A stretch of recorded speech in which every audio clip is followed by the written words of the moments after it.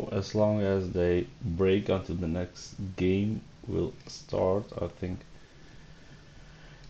we'll do some game by our own. Let's just start sim. You wanna hear me?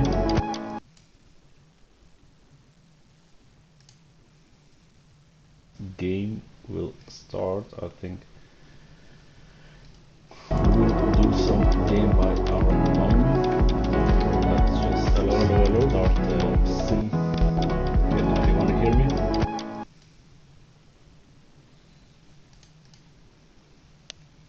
Game will start, I think we'll do some game by our own. Can anyone give me feedback about the sound? Sim. You wanna hear me?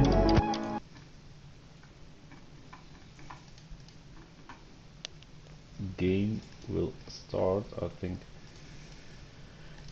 we'll do some game by our own. Can anyone give me feedback about the sound? Sim. You wanna hear me?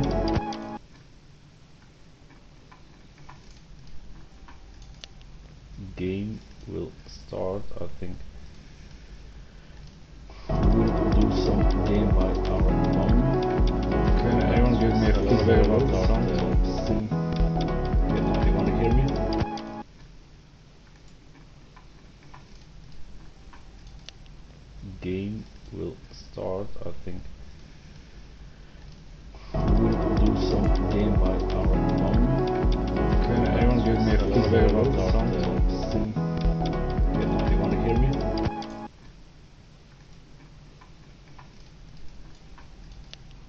Game will start, I think we'll do some game by our own. Can anyone give me feedback about the sound? Sim. You wanna hear me?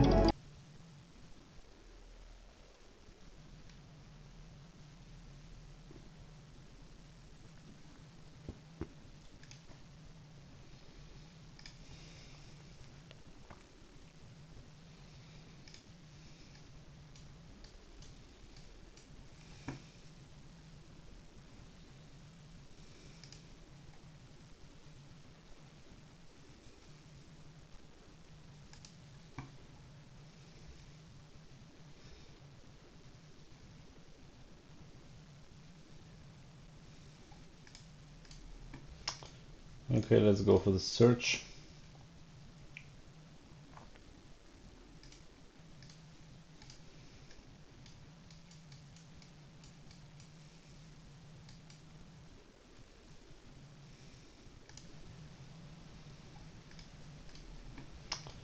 Okay, let's go for the search.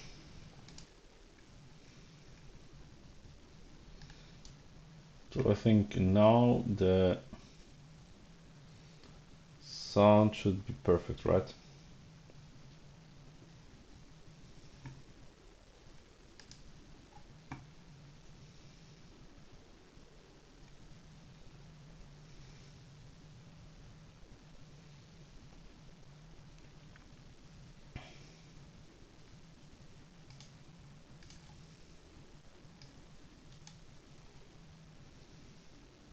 They've had to go through.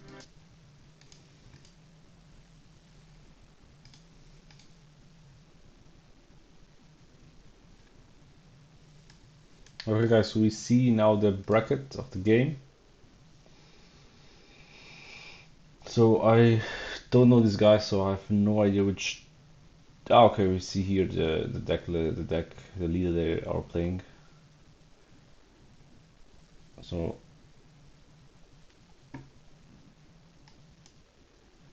let's see. Sorry, brother.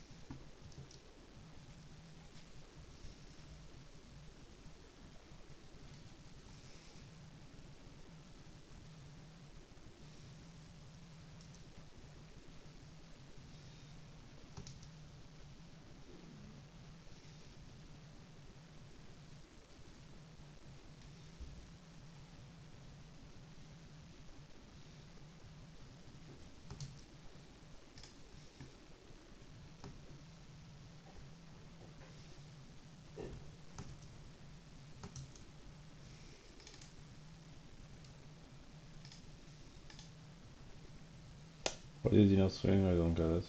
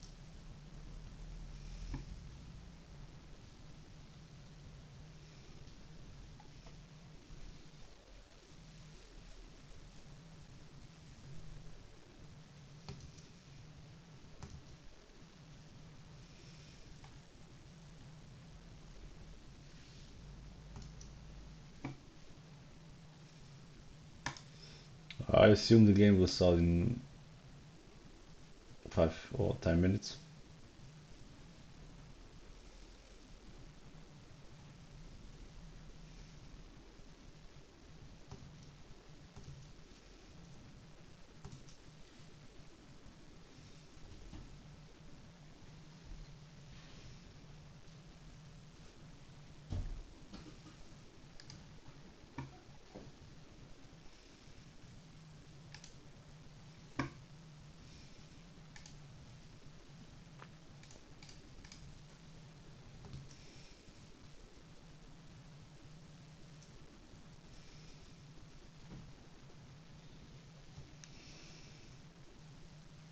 Up. And then I think Hody Jones will be really important. And it's about, as a blue purple player, I think it's important to respect Hody Jones and make sure you leave enough Don open, excessive Don open, to be able to respect that Hody Jones Mhm. drop down. Thanks to Rosinante, that is we found a solution as blue purple, of course. Yep. But yeah, it will all come down to. I think the blue purple is quite happy to see only two 10 cost Do Flamingo in the deck list of Arman. But other than that, I'm really curious on how the blue purple will approach this matchup, because this is one of the biggest discussions with the blue purple Luffy players. And I will spill the juice. It's either you go for Starve because Bonnie can't search for their big drops, so you Yep. starve them, you have a lot of survival tools, and once you have like two big bodies or more, you start shipping life and you will get there, and you put Bonnie on a clock. Yep. Also, by starving them, you don't give them cards, so 8 cost kit is not as big of a threat, and so on and so on. So that is option one. Option two, and that is just doing your game plan, going as fast to your 8 Dawn turn, using your leader ability, playing your big drops, and pushing face. And in my opinion, uh, so far I really like the not starving, because a 7 cost Hody on 5 life just feels weird to me. Like, it feels so free. They draw a card and they have like a free 7 cost Hody Jones. However, both ways work. It depends on the build, depends on the dice roll, depends on the hands. Like if he can ramp really fast to 9, like let's say he triple ramps and can go Sanji Mihawk onto a Cavendish or a Hody Jones, or does he have a very slow game plan because he only sees one ramp? Yeah, it'll be interesting to see how that plays out. So we see Arman on, looking fairly relaxed, shuffling the deck, passing back over to opponent. So both our players pretty much in a comfortable position here. You've got through, you've got your top 8, you've got your serialized card. Now got 2 of your special cards as well. You got the Beckman and Aesop. Watching card per card from Armin's side, very funny to see. Armin always makes me laugh. I remember the first tournament I commentated back in 2023 on the card game was the UK Games Expo Treasure Cup, and Armin went on to win that with Red Green Law. And ever since I've been a big fan of his. Such a lovely character in the community, and he does always give you some amazing expressions when he's on stream. I wonder who the highest seed is. Yeah, both players here were 8-2 yesterday as far as the Swiss pairings were concerned. Francesco and both Arman finished 8-2 and managed to bubble in on their opponent win rates into the top 32. So yeah, not sure which of the two is highest seed. The player that will go second is the higher seed, seed, I think. Often in the top cuts. So we'll find that out as these players face off. So again, I think Francesco there has decided to mulligan first hand, opening hand, and going to set up now, get ready for the game to start. Setting up the 3 life that blue purple starts with. Always very precarious being on 3 life, but a 6k leader, always very powerful indeed. His life as well, and both players almost ready to go as we start our first of our 2 semi-finals here from Sevilla to decide who's going to be regional king of the pirates. Fire off with a fist bump. Let's see who's going to fire off first. It is Arman. This wonderful gold Shanks Don, got a full playset of it. Has absolutely, and we already saw that there is a Bonclay in hand for the blue-purple, so we do have our ramp on turn 2 ready. Yeah, okay guys, it starts. Very It started. Available. So Armin is counting his opinion. It's hand, I would say, with the dices. 6k swing first of all, going into. He's already playing the gold Dawn from Pier B2, which must be in Japan. Player would, yep, 2k counter with a Sanji blocker there. You don't now play out the Rosinante, which has such a great ability as well. The opponent's turn, if your rested character would be KO'd, but you may trash this character instead. Does give protection. And it can be a block, but if your opponent's getting KO'd by effects, you can to stop. And the Luffy didn't attack, so this might indicate that we are gonna see a starve game. Yes, as you mentioned, your little spice at the beginning of this matchup. Starve your Bonnie player.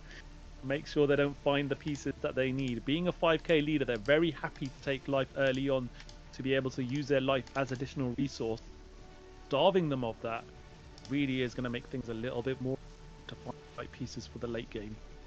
Yeah, 6k swing coming through. This one is taken, Francesco. It opens up Agua. Yep. And there we go. We now have Barouge being played, which is the perfect combo blocker for your leader, because at the end of your turn it does restand one of your Don, allowing you to activate your leader ability. So knowing that only one attack will, because one of those attacks for attacking options will be rested. Back over to Francesco now. And in this situation, the best card in a lot of times is Nami.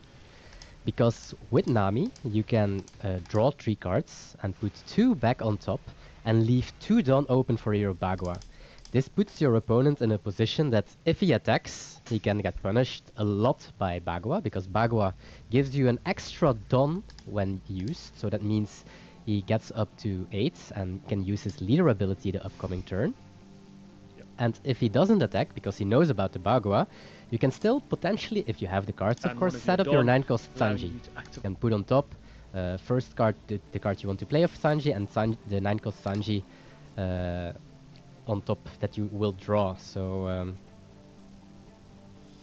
however, Rosinante, definitely not bad. Yeah, absolutely. So did utilize Rosinante's on play as well, trashed an event and drew 2 cards, and then at the end of the turn, if you've got 7 or more Don cards on you, set 2 of your Don active. So 4 Don active now, passing the turn back over to Arman. Arman, knowing that he wasn't swung into, that Bonclay still active as well. So yeah, is it a little bit more tricky to be able to start dealing with this board that's just going to get wider and wider? And still him 5 life, and now knowing opponent's not too far off, having to go Mickey. to 8 Don, and if that Thunder Bagua, as you say, is used, make it a lot trickier. Is he going to hold fire here and not swing and just try and utilize that Don to get more characters on board? He's going to Hody Jones, Hody resting Jones. both the characters, taking a life. That's one way of taking your own life. Okay. Do we have a Bagua? If there is a Bagua, we have leader ability next turn, but seems like we don't have a Bagua. Bagua, okay. He stands a Don, passes back over. Now, you're up to 9 Don. Mihawk Couldn't you- would be a blowout. Yeah. Let's see who gets dropped here. Chesko drops the Mihawk, gets he has rid it. of the Hody Jones, bottom of the deck. And a great And turn oh, there. he forgets to active his 2 Don from Rosinante. Yeah, Oh. he's just said, Oh. yep, I'm reactivating Yeah. the 2 Don. It's not mandatory though, so Let's see what yep. And the judge Ooh. decides, yep, he Yep. passed his turn without activating them, and Yeah. it's not a mandatory effect. It says Yep. up to 2 Don, so you can decide to Yep. do 1, you can Exactly. decide to 0. And rightfully so at this stage of the game, if you have stated you've passed, you have passed, and the opposing player will be at a disadvantage if that was overruled. So yeah, Arman has the advantage of being on 9 Don with Francesco on 0 Don standing. It's up to the player to make sure that before they say the word pass that they do activate any of their end of turn procedures if they're non-mandatory. I do think that it doesn't matter that much that we don't have the 2 Don open, because we saw that there is no Bagua in hand. And you don't want to play Giant, because if you play Giant, you will go back to 7 Don, which means you don't have leader ability the upcoming turn. So only Gear 2, of course, that is the downside of it, that you can't play. Does Arman go for here? I think there might be another Hody Jones potentially in hand. And I see another Mihawk as well, so... Yeah. So we drop the Mihawk.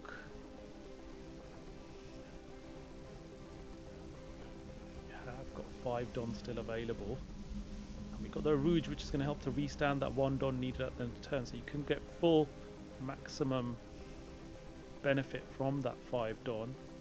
Drops the Cavendish, does give 2 Don back here.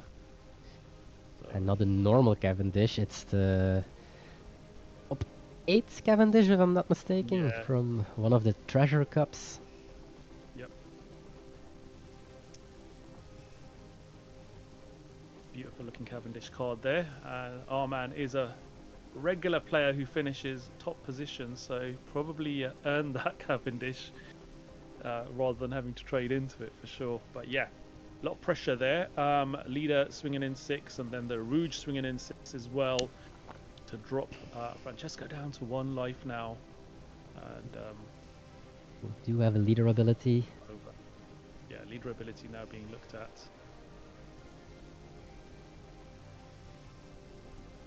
Looking at the options there in hand. There's a I do see- Rosinante taking this, and there's a Nami there as well. So taking the Sanji, yeah. Godthread. I do. I'm not sure if I want to draw or play the Nami instead of the Rosinante, because he is drawing the Gotrat. Yep. And that's a fodder, I'm gonna call it like this, for the Rosinante. So playing the 9-cost Sanji, playing out the Rosinante and trashing that Gotrat, that means you are drawing 2 cards and that you have 5 done open if you want to. Yeah. A 4 is probably enough. Let's have a look. Okay, swinging again into the Arouge, having that Mihawk rested with a Bonnie leader ability. And he probably wants to counter out of this one to keep that Arouge there. So 2k counter with a Scratch Mana Poo there. Sanji now drops, and we will see that Nami hitting the board, which has an on play. Be able to draw 3 and put 2 back to the top or bottom of your deck. I guess being Arman, you're happy to see just a Sanji Nami. Yep. Not the worst combination that is possible. To go down to the bottom of the life. This And time, Arman reminding his Arman being very sportsmanship, reminding his opponent, don't forget your Rosinante, this friend. So yeah, good sportsmanship behaviour there from Arman.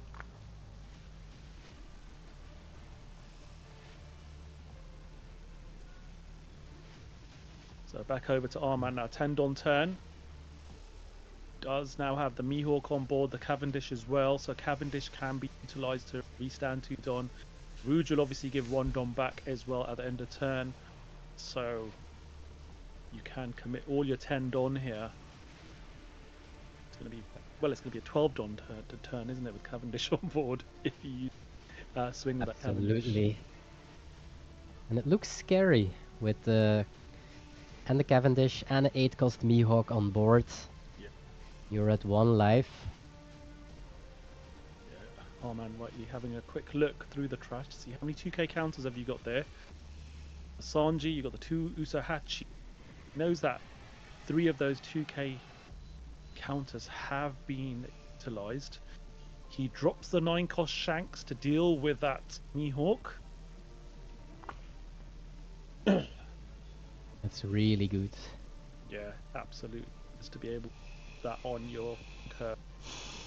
KO And- one of your opponent's rested characters and rightly that one. It being rested with the leader ability. Cavendish now swinging into life for 1,000, standing that 2 Don, as we saying. Bro, how much is That's, are these Shangdons? They look incredibly. Rouge now swinging 6k Good. again, applying more pressure. Asking for more cards. Yeah. This time it's Usohachi. Another 2k counter utilized. And now it's got 2 Don left. The Rouge is going to restand 1 for the leader ability. Can commit this 2 Don. Either swing with your leader. Yep, 7 with the leader. Mm-hmm. And I Into really life again. don't mind 7k swings because the blue-purple Luffy decks nowadays play 6 to only 8 2ks most of the time, so because they are so heavy on events with like 4 Bagua, 4 Gear 2, 4 Giant, sometimes Hell's Judgment, and so on and so on. So only 4 Usuhachi and then 2 to 4 extra 2ks. So 80 bucks for one. 7ks are Zons. quite That's annoying, crazy. especially he already saw I think at least 2 of them. Yeah, absolutely. You're right. 7Ks are sticky number. But that Gum Giant there being fired off. And now Arman passing over, so Francesco begins his turn, looking at the top 5 cards, choosing which one to take.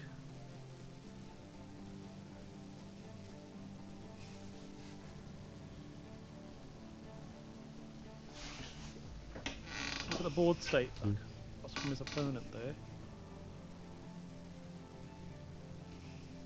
Is that Rosanante still there protecting the board?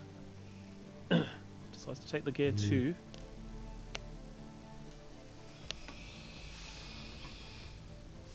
To decide how he wants to stack those 4 on the top of the deck. Deciding if he needs those extras. See Gravity Blade there.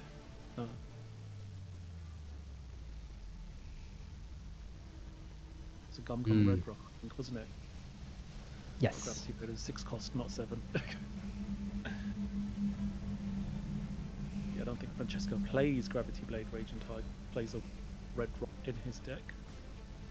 Rests the blocker there as the Rosanante does its bit to protect the board on that Sanji swing. Now just has to protect characters from that Rosanante and the Luffy swings. 8 into 6 He needs from the leader to let him go coming now. into I think he Cavendish. do not Gonna protect him anymore. Cavendish, or is he gonna let He it go? can protect it. Would He be can too protect expensive. it. Yeah, ability to protect it. And he has also Needs already that another Rosanante one in to the swing hand. into it as well. Maybe commit a bit more Don.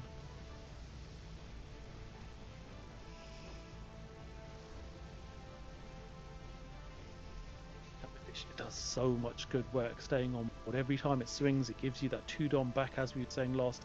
12 Don turn, played the 9 shank, 3 Don available after that.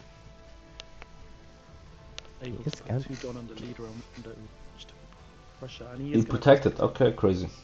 And now I mean- Rosanante still available to swing. It can still swing Be into applied him. a bit more Okay, now he pressure needs a onto 2k. that. Does he have a 2k? And does he have enough to be able to protect? 7k swing coming into 6. Yes, he does. okay, crazy. We do see the red rock, and that deals with the shanks. We But, only leave... Oh no, because of Rosinante we have 3 done open. Read on open, yep. But our man managed to keep a fairly decent board there. Lost the Rosanante protection. Shanks went, but still has the Cavendish, still has that big Mihawk on board, and that Rouge has been swinging every turn as well as restanding that 1 Don the leader. So Cavendish will still give 2 standing Don back after swinging. Rouge will restand a Don at the end of the turn. So again, Arman's going to have 12 Don to play with this turn. But only 2 cards. Yep. If the blue-purple can manage to survive this turn, there is a small chance for a comeback. And that's just the power of blue-purple. Like, he's drawing 2 cards a turn. Yep. And he finds a Hody Hody. Jones. Yeah, Hody Jones. Hey. To rest 2 of those Don. This could be really, really important now. What happened here? 1 life left. Now, what's Arman going to focus on here? I think you should Gonna swing focus now. on board, 6, or is he going to go for just the, to see what go he for is. game here? How many cards does he have in hand? What do you think is a Went. sensible thing to do here? Because of Cavendish, I like to go face. Yeah. You have 5 Don extra active. We have 2 8Ks that can swing. Yep, look at And that. We're back even- up to 5 standing Don now after that Cavendish swings, and we are seeing Gum Giant being fired off. 0 Don available now, so whatever counter you got is going to be in your hand. Let's test it. 8k swing coming in now with Hody Jones. Life taken. Oh, He gets a God Threat trigger, so potentially an extra Gum Giant. Yep.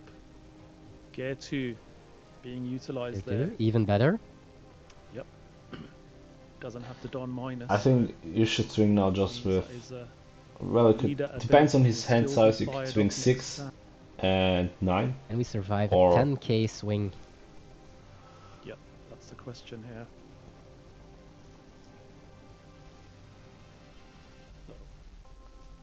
going to do this one? It's going to start off with 8 8. with the Bonnie. Yep, And he that scoops was up. enough. That was more than enough for our man. That was Fantastic play there to win game 1 against Blue Purple. That Hody Jones, 2 Hody Jones, happens when you starve Bonnie. You've got the ability to be able to play those Hody Jones freely, not worrying about your life being too low. It's just a matter of, well, you know what? I can afford to take a life, extra card in hand, and I've got a rush body coming out as well. So that the starve tactic Nice. played against Francesco in his turn.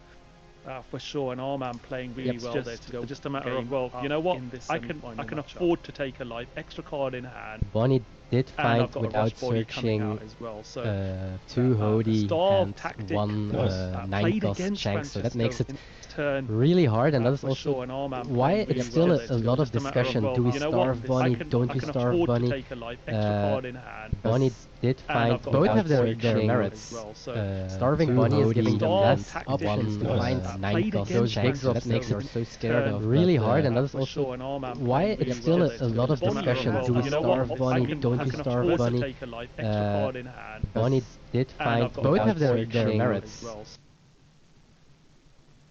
So I think let's switch this commentators off. We can be our own commentator.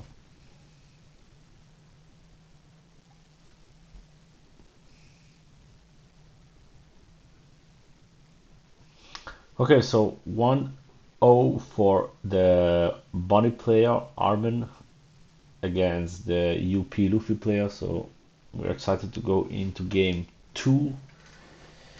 To be honest, I'm not sure which deck has the advantage here. I would say it's pretty okay for both, because Bonnie is not as fast as aggro deck and gets stronger in the end game, as same as UP Luffy, which is definitely an end game deck. So it would be nice to see how the UP Luffy player try to handle the next round, because now he needs to win. If you lose, he is out. That's top 4. So is it top 4? I think it's top 4. Then we are in the final. No. Okay, there's a fist bump and Armin goes first. He just plays Bunny Searcher and pass.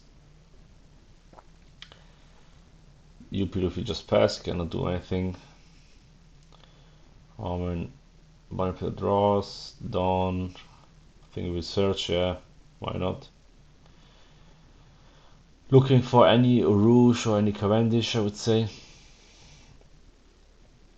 That's the pieces you're looking for in the early game. What did you find? I'm not sure. I think Carrot. I think a Bonnie. Yeah.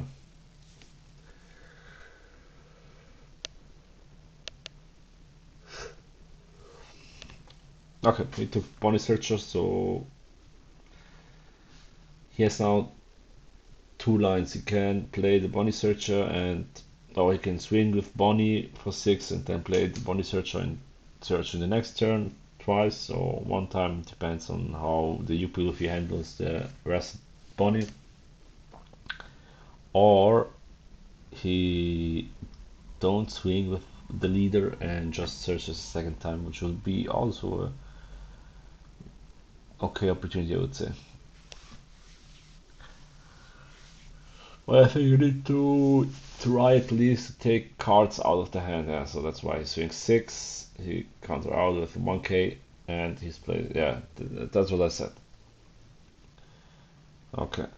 I mean, as long as there is no character on board, the Bonnie player don't need the 1 down up, so it's totally fine. Okay. Here's the Bon Clay, which allows him to ramp 1 down active. And now Cavendish is ready.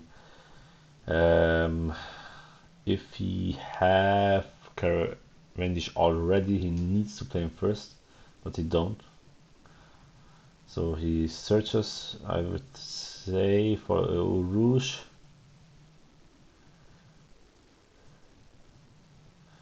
Oh, he takes Cavendish. Is Cavendish too late if he plays in next turn? Would say no. Oh, it takes a second search. Okay, crazy. I mean, the searches, you can handle the searches as a small blocker because your opinion needs to get away of them because they are pretty annoying. So let's see. I mean, it's 3 turns up. Okay.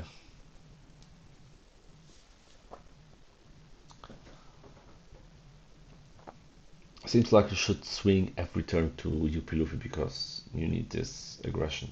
Oh, okay, that's a gut threat. No, that's what could it be? I mean, if it's a ramp trigger, he just smashed down and ramps one non. But seems like it must be something else. What could it be?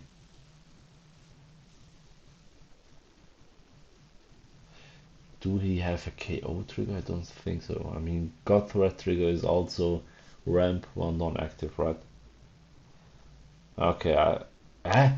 Why did, why? What did he think about? What was his? Okay, I don't get it. I have no idea. Okay, another search.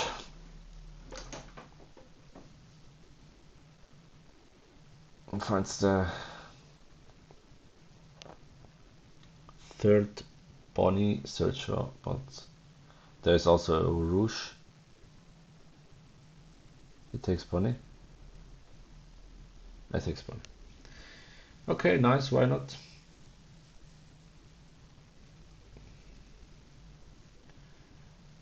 So you can. It passes. Okay, now he has two bodies, the leader and the character, so he needs to get one down, to let one down up, so he can use the lead ability.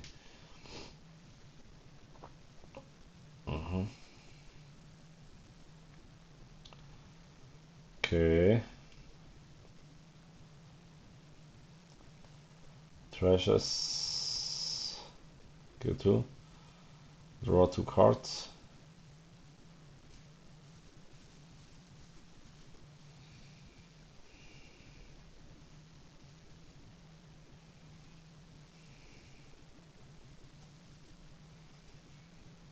Mm.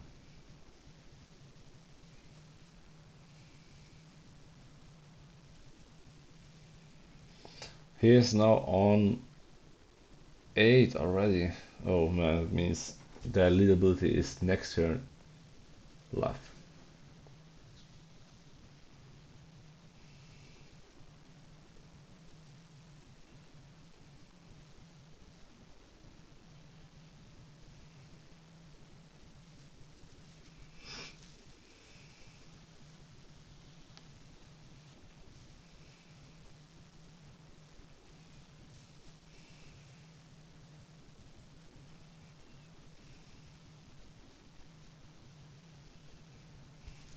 I would say Armor is now in a very bad position because he don't have any of the good Bonnie pieces, which would be a Cavendish, which should be a Mihawk. You don't have Orush, which allows him to use the lead ability every turn. So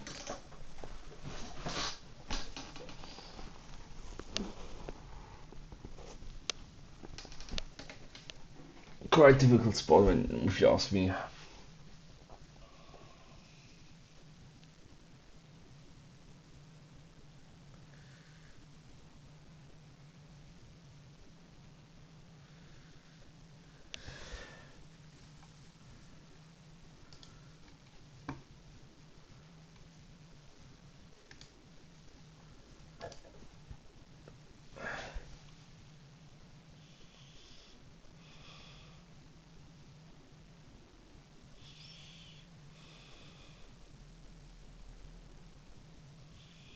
What is it this hand?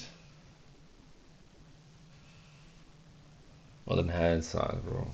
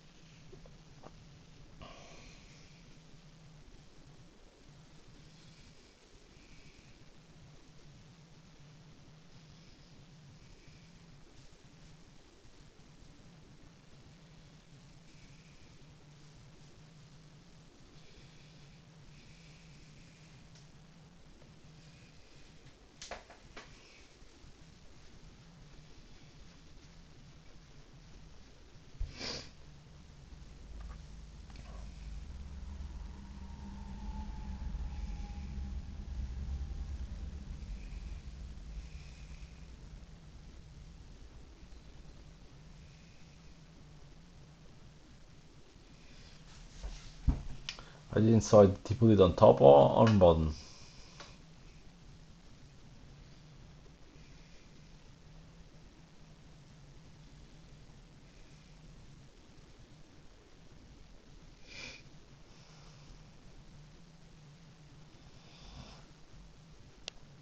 Okay, I think he swings for 6 into lead, I think.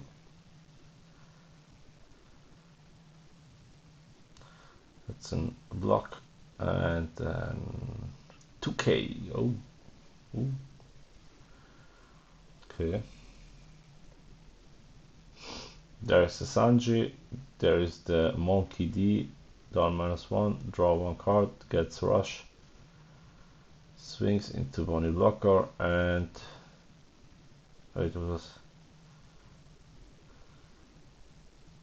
end of turn. Set up 2 downs and pass. Thing is, if he uses now Gangnam Giant, but I think he don't need to.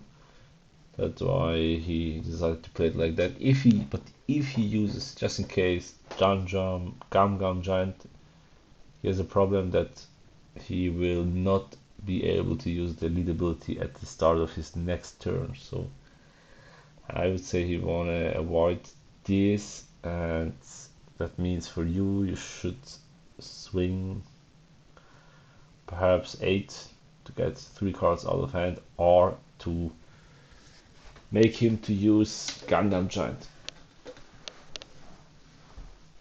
I mean 2 cards, sorry.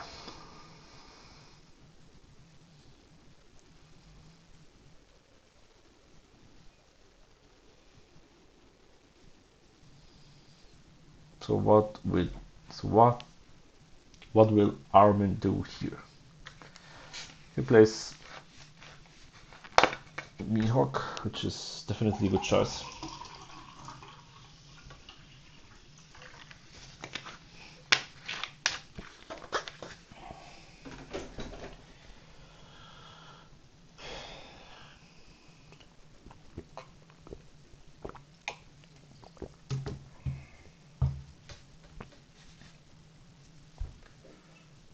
Mm-hmm.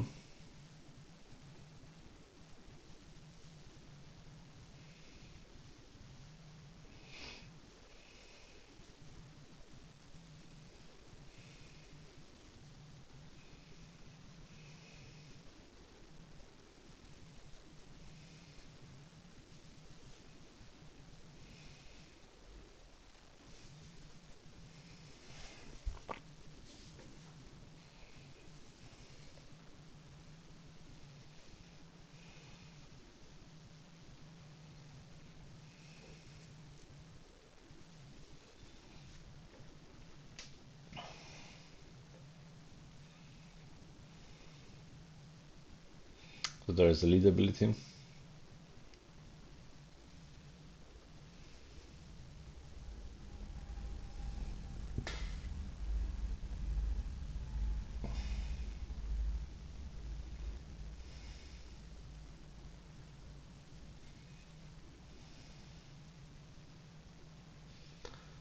Ooh, wait. He takes Sanji? Okay.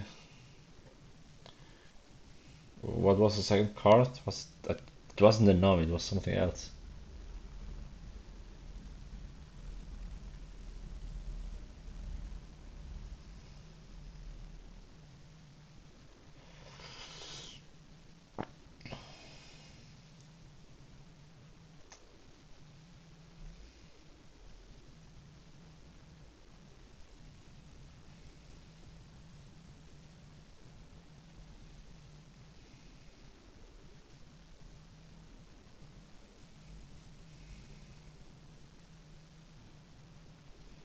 Hmm.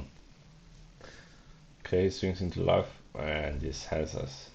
Well, no, it's not so hard.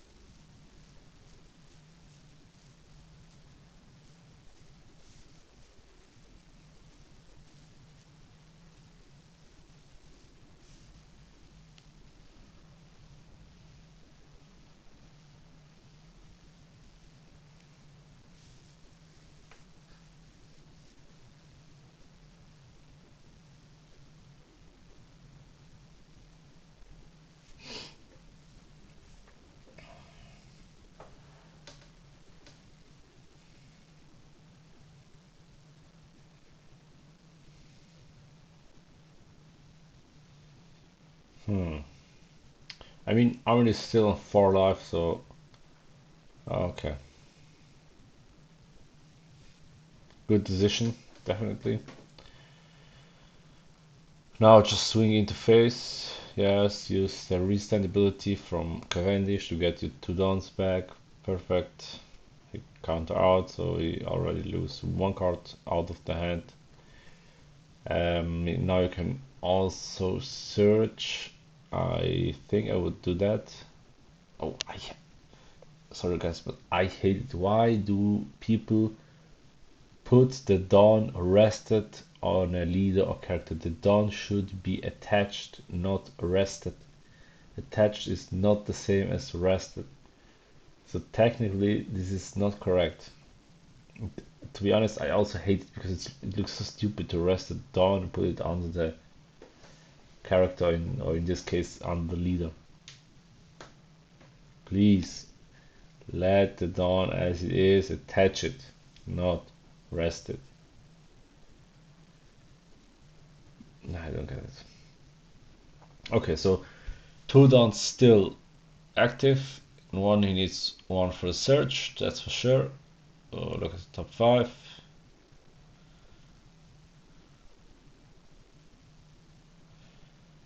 And what would he get? 2k, makes sense.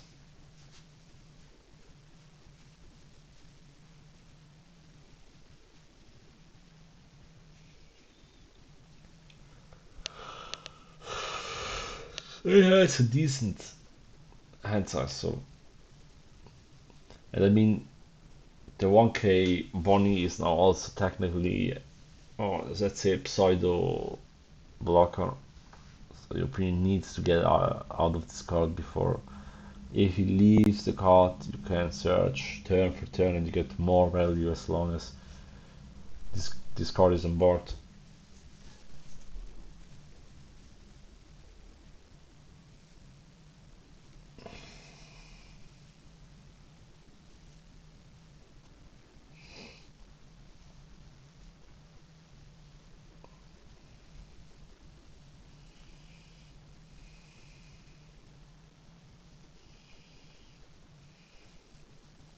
He has pudding, that's crazy. I mean, now, okay, yeah, there we go.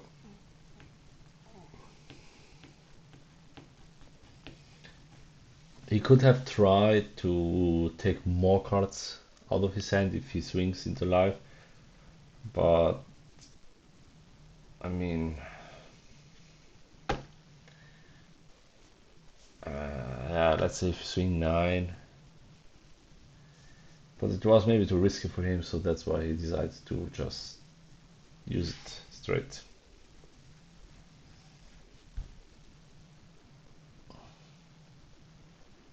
Oh, okay, 2 carrots, 2K.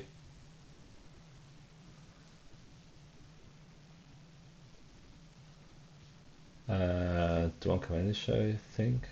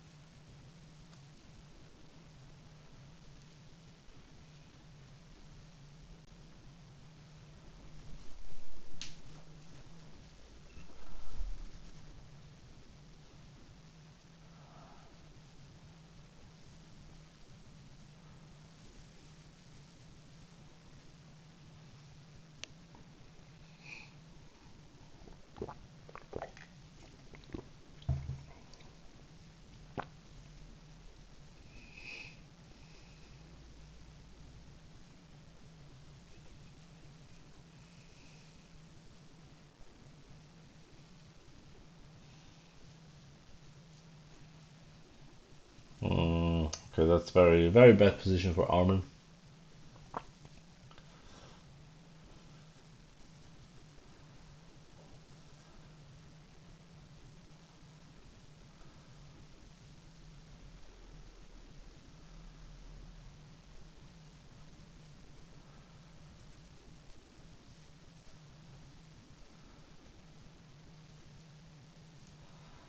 You could play 1 carrot.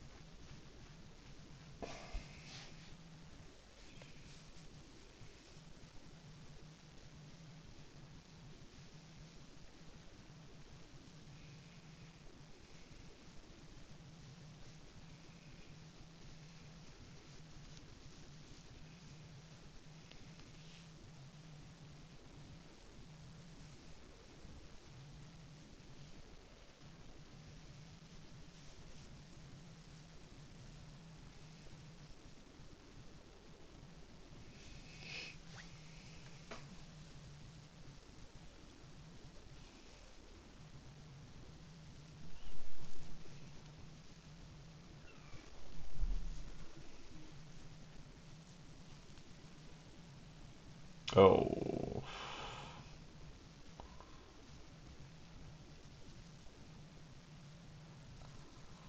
oh, that's crazy.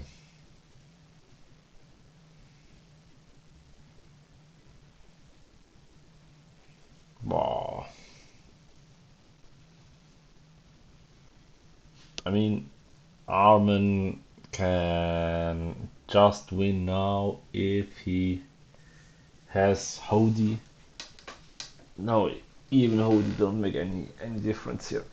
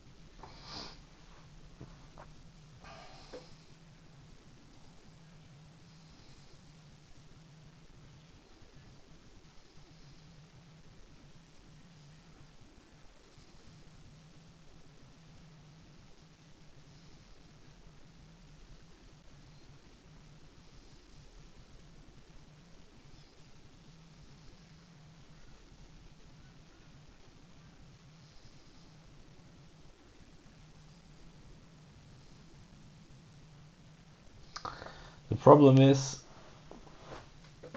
it doesn't look very good for Armin, so and the clock is running. There is not enough time for a fully third game.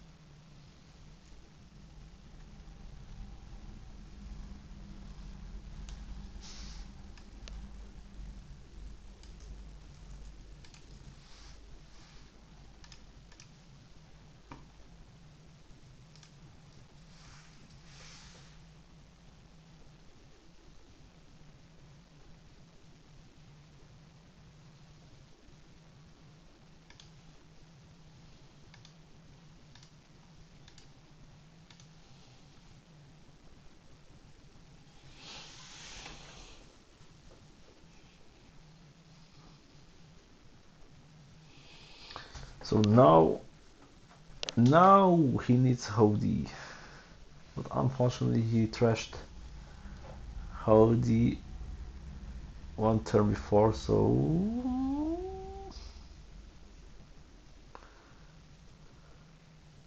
could be difficult.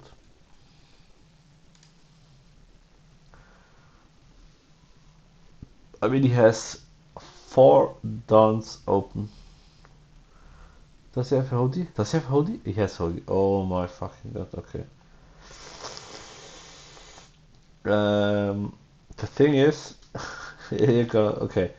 Let's see how this match ends up. Okay, he has to block, he has still 3 dons. Swings 9, which means 1 giant. Okay. 2 dons back. Draw 2 cards. And he get rid of countless cards. Okay. He technically needs still 2 swings to go 9. Again 9, which also mean a second giant. Which means... Okay. Okay, I think... I mean, how many cards does he have in hand? He has around... What? 6, 7, 8?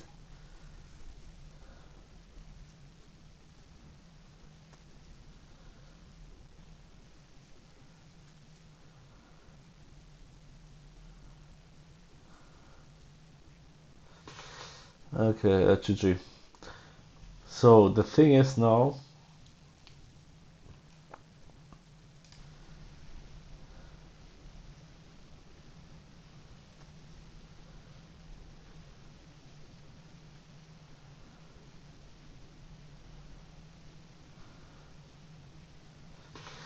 okay, GG. So the thing is now,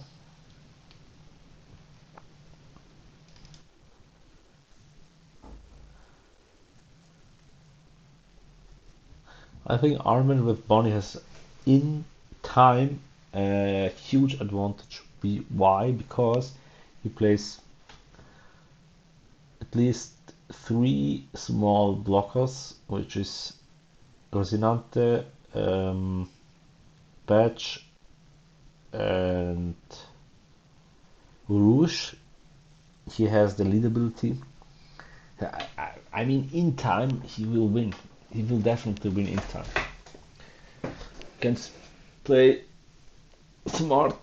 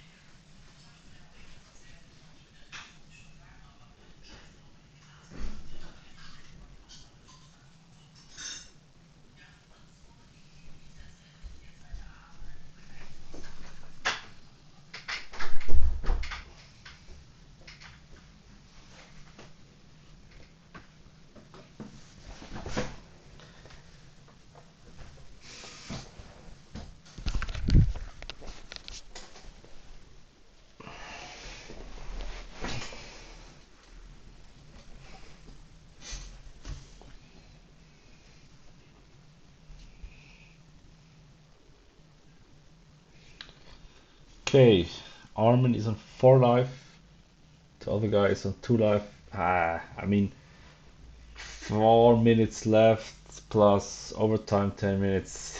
There's no chance that the UP player can win this. I mean, he can play like every turn a blocker, or he can just use his lead ability to rest one of his characters if he has one on board. So this he needs 3 bodies, including the leader, which means 2 characters and the leader to get through.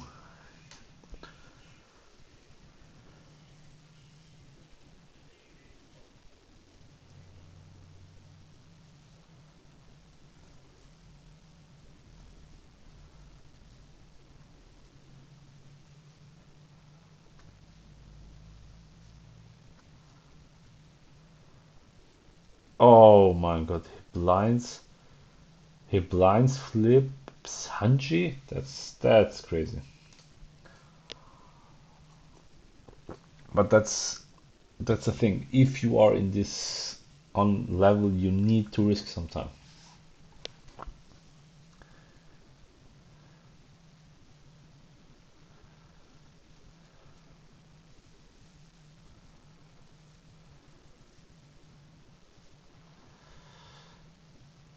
He has a lot of protection in hand. Yes.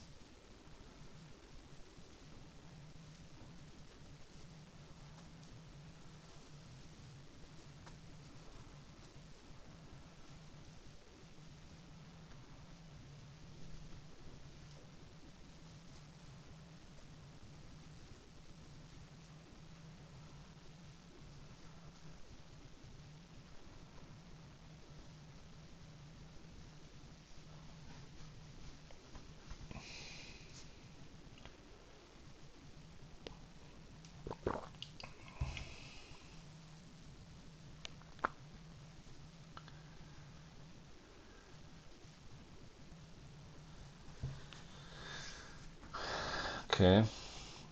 So he gets away of the.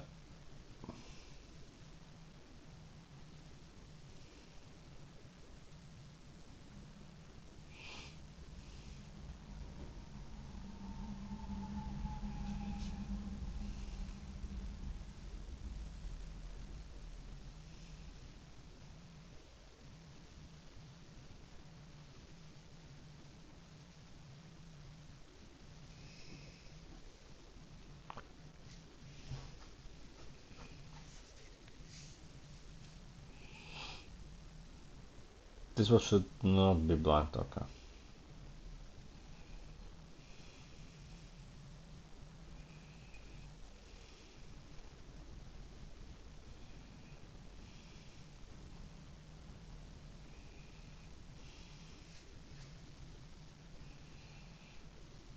You see, as far as the players are playing now,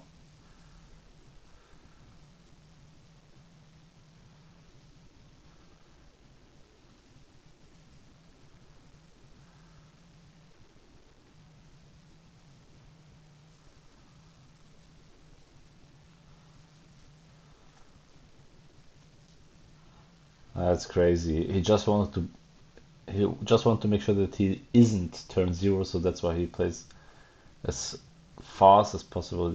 He had like 10 seconds for his turn, which is crazy.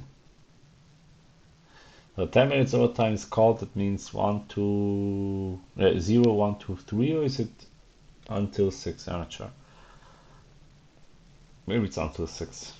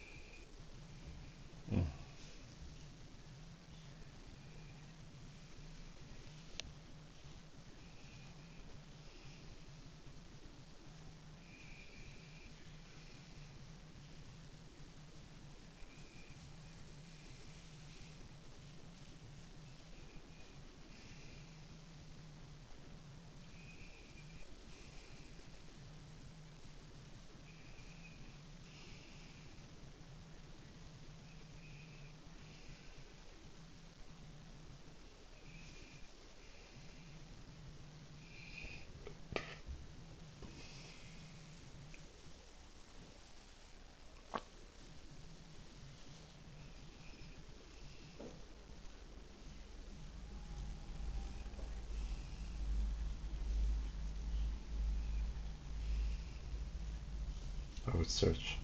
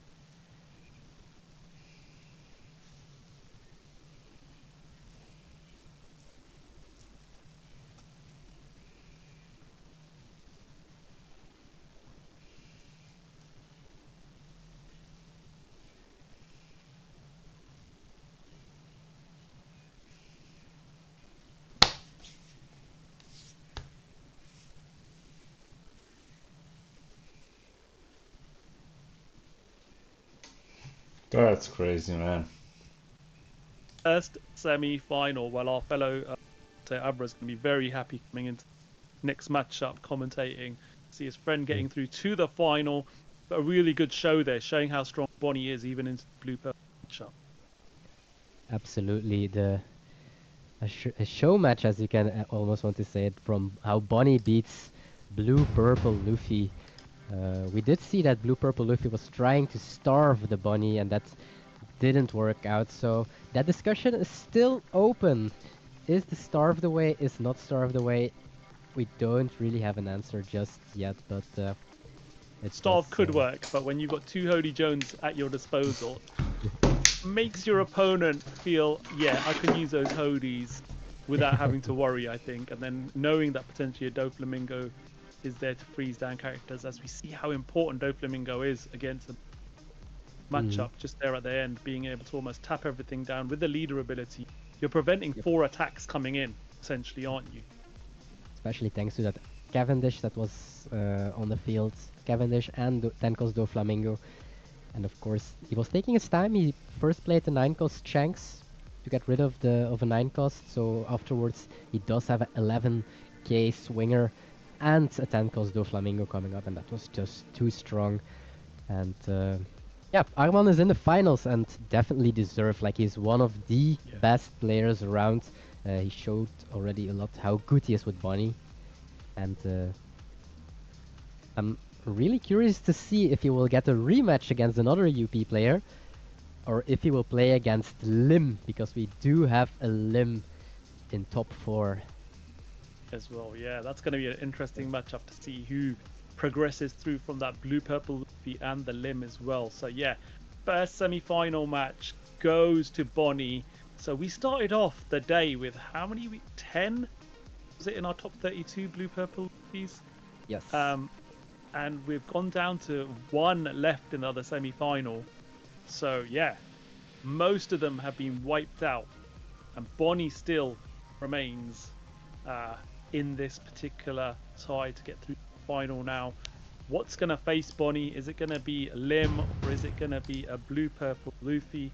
Let's talk about Bonnie as a leader. This leader ability is so powerful, especially when you have all the other tools to your disposal. On your opponent's attack once per turn, for 1 Don, you may rest to one of your opponent's leaders cards. No restrictions.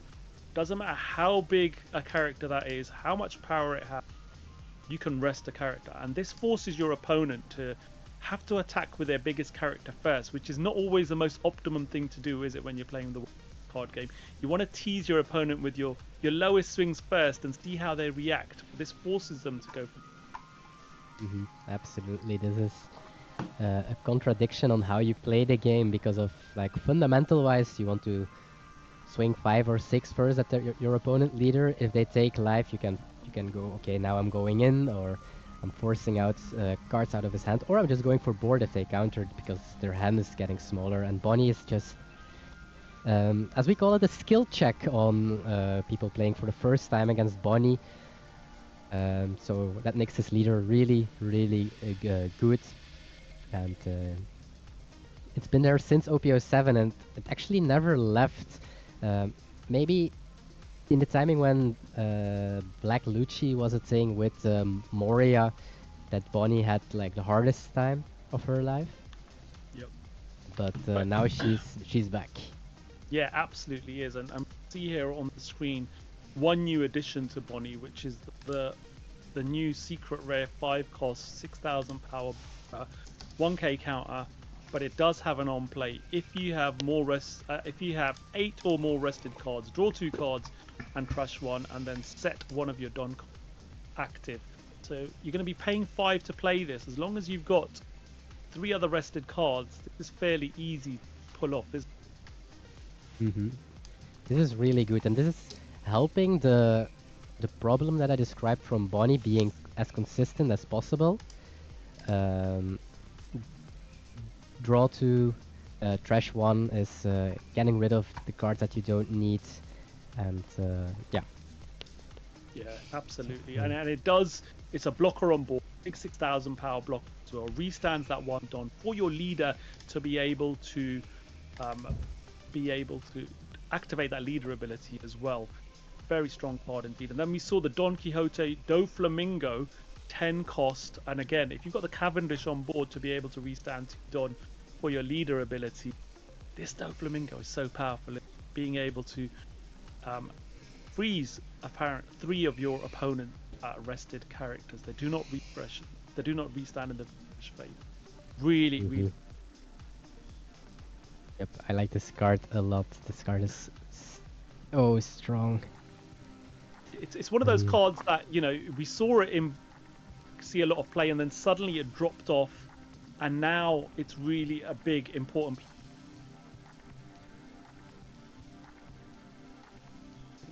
Absolutely. And I also like that they chose for this alt art instead of the PRB one. I like the old version the most, so good choice from Victory Yeah, Road. absolutely, Mm-mm. absolutely is. Right, we're going to go for a quick break. We have got our next matchup coming up very soon, where Chinois and Abra will be commentating. So don't go too far. We'll be back very shortly.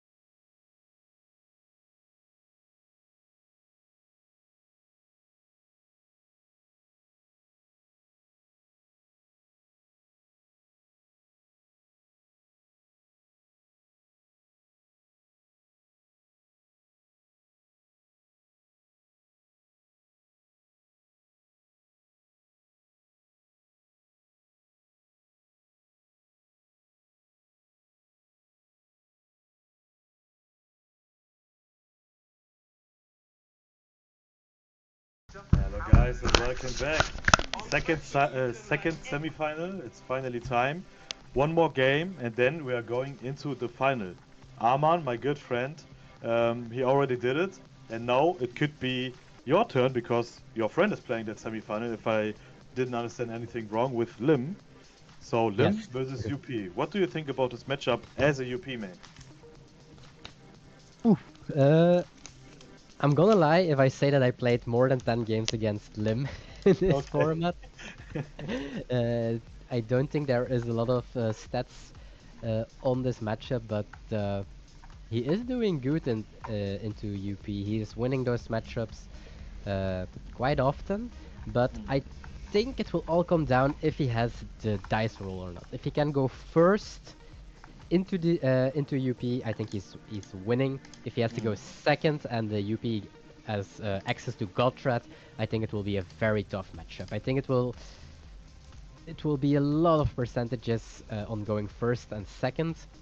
So I don't know the difference from seed. We will definitely see it game one. Like if Lim is Yeah, going of course. first, we know Lim at a higher seat, and if UP is going first, UP at a higher seat. And I think a lot will come down to that. Absolutely. The dice roll is super important. We talked about it. Lim is a deck. Going first, going second. Two different decks, in my opinion. You can Mhm. go second with this deck, but going first, this deck, super scary. I compare it with Purple Luffy. Like, Purple Luffy going first, super strong, because that ramp, that overcurve that you have, so strong. Going second, also feels good, but doesn't feel as strong as going first. So, yep, like you Mm. said, this is going to be a very important thing. What do you That think changed are? for Purple Luffy. Yeah, that's true. That Uh, changed. Yeah, with Katakuri, of course, it yeah, changed. You're playing more high drops, but back in the days, you absolutely. always want to go first. Now, yep, you can go second. But for Lim, it didn't change that much. You still needs to go first, otherwise, your win percentage is going down. That's the point about Lim. But still, great deck. And for UP, yeah, we talked about UP a lot. By far, yeah, the best deck I would say for OP12, super strong. What I noticed, 5 cost Rosinante. For me, one of the MVPs in this deck. Great work. Could be very important also for this matchup because we know Lim is playing that Demon Aura, and if you are playing a 9 cost into something big body, so 9 cost into 9 cost or 9 cost into 8 cost, and you only have one Don, one blocker, this is not enough because that Demon Aura is coming. But with that Rosinante, with way more Don up, this could be very huge and very important for this matchup. So I'm looking forward. I wish both of the players the best of luck. One of them will be Arman's opponent, so we will have Bonnie against Lim or Bonnie against UP. And oh, UP is going first. Yep. And that makes it a little bit harder, I think, for the Lim. But this card is very important for this matchup, I would say. Absolutely. But it doesn't protect her bodies against God Threat. That's the problem, I think. So it can protect herself because it says if this character would be removed from the field by your opponent's fax, you may rest one of your Odyssey type characters instead. But let's say next turn Lim Rams plays out a 5 cost and the Luffy has God Threat, then it is Yeah, that's Good right. arrow. That's good. That's a good point here. Of course, that reset ability is still super strong, but yeah, the God Threat target is still there, and that's a good point for UP Luffy for this matchup. and we don't see Newgate. Newgate would be really good into this 3 cost Zoro. Absolutely, Newgate would be perfect here, but unfortunately, no Newgate in hand. But I'm not 100% sure. The dons for that lead ability obviously are still up, so we will see. But then he has to attack with that limb. But let's see. No, okay, it's something else coming. Maybe a limb searcher or maybe a blocker. The Doflamingo maybe, or he's Yeah, deciding Sabo for Sabo. Yep, and you can resend him, but now, yeah, like you said, a God Threat here, this would be huge. God Threat also puts us with the Zoro immediately to 7 Don. We are at 5. God Threat puts us with 1 active Don, and Zoro can put the second one, which also opens up a Bagua play again. So Absolutely right. The question is, does he have the perfect hand? Does he have the perfect answer now to get rid of that Sabo? He's starting off probably with the 4K swing just to ramp one Don. And now 6K. Still thinking. If he decided to swing 6 here, then there's a high chance we will see that Godthread and Bagua open Don, or maybe just that Rosinante because its hand is not that perfect. We will see. So 6K swing, go through. Lim goes down to life, and for 3 Don, that doesn't look like Godthread. Oh, okay, and but this he is ramps. spicy now. 2 active Dons, and that's crazy. Yeah, this is super dangerous because he's already at 8 Dons. Oh, and he can still play God Threat actually Oh, if he wants to. I forgot. And I'm sure there's a Godthread. No, Nami, it's okay, the okay. Nami, okay. It's not the perfection hand, Yeah. but still a very good because next turn he already has the leader ability. You ramp 3 Dawn already. What's your opinion about this card? Because not every UP player is playing this card. You have the option, decided to play this one, or Juro, or a mix of both I saw, or even no Godthread instead. What do you think? Personally, I prefer this card only into green Zoro. Otherwise, I'm still on the Zoro Juro's side, just because it has a counter in hand, and we are already cutting a lot of counters because we are playing so many events. So I'm not sold yet on to die for. However, in this spot to die for is like amazing, of course, especially against Lim that almost all bodies are 6Ks. But That's right. So Lim starting off with a Limb Searcher for 3 Dawn. Also a very strong card, checking the top 5. Search an Odyssey card. And let's see if there is a good target. I see some good targets in hand. You can also have maximum value now this turn with that Sabo. So you will for sure draw 1 card with him. Still 4 Dawn left, so you can also play an Adio from hand probably. Or use your lead ability to play a 5 cost, then swing with Sabo. You can also swing with double six here because you got one more Don as active. So yeah, could be a good turn. But the question is he going for that Solo Juro or just face to be aggressive for this matchup? That Solo Juro is very dangerous still on the board, so yeah, I think a 6k swing into him is not that wrong. Having the Zorojiro at 10 Dawn still has its merits. And the big reasoning why is because of the UP Luffy's playing 9 cost Luffy. So imagine he does 9 cost Sanji into 9 cost Luffy, the rush one, -1 Dawn. Afterwards, he attacks with the Zorojiro, gets that Dawn that he minused back, and then he is back at 10 Dawn and making Gum Gum Giant. Not that bad again. Exactly, that's super strong, and that's why that Sorojuro could be very dangerous. And yep, that's why he tried to get rid of him. Of course, also Sorojuro with 4k power, only one Dawn to swing 5, so he's also an attacker you need to try to get rid of. So next 6k swing, you just need to have a 1k because the leader is 6k power base stat line. So let's see if he's going to counter this one out or if he's going to take this one. There's the 1k bonk play. Okay.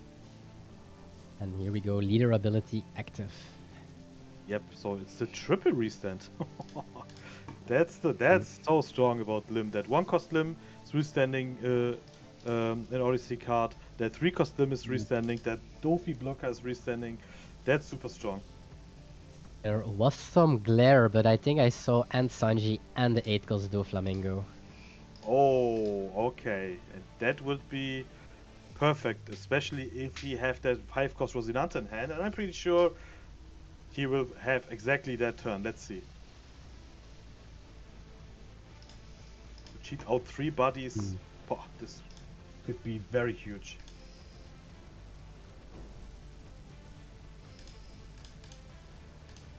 Maybe it wasn't the 9 cost Sanji on top of the deck, because then you would show that you take a 9 cost Sanji because you are playing it. Otherwise, he's giving information to the Lim that he draws a 1k. So let's see. Right, yeah.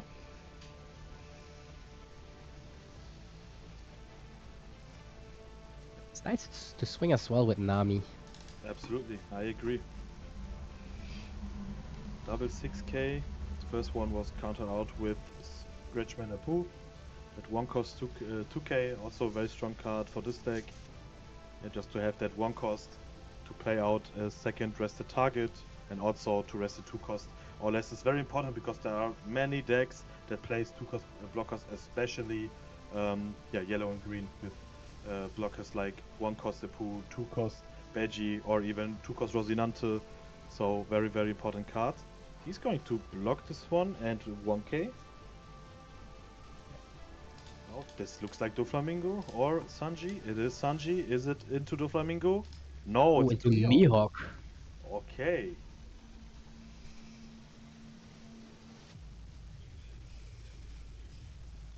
Yeah, I think I strong. did see a lot of Sakazukis again in hand for You're right. for the Lim. They are sticking together. That's right. Yeah, last game, there was 3 cards in hand and it was 3 Sakatsuki. And for this matchup, only Nami as a target is fine. Could be good. To pay 6 Don for it, in my opinion, maybe too much, especially if that Nami is now rested. But of course, it's also a 7k body, so could be strong. You can also restand him. So yeah, I'm not sure. Maybe he's going for that Sakatsuki. But that Mihawk is doing a great job to get rid of that Sabo that is super dangerous because he allows you to draw when attacking every turn a card. If you have 2 or more rested character, or 3 or more rested character, and of course his swing counts as the 3rd rested character, so very important to know. And Diego decided to starting off with a 6k swing, probably into leader, or do you think to go for that Nami is the right play here? Ooh. The thing is, the blue-purple Luffy is still on 3 life, so it's not that you can aggro him because of your 5 cost Mihawks, which can restand, of course, but blue-purple very early, leader ability active, 2 9 costs on the board, and 3 life, so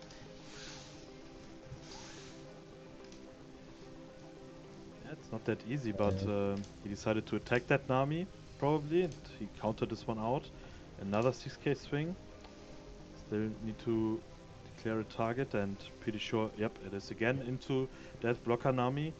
Doesn't make sense to defend Nami 2 times. Not sure. Depends on the hand size and how many counters he has, but it seems like he lets Nami die. Yep.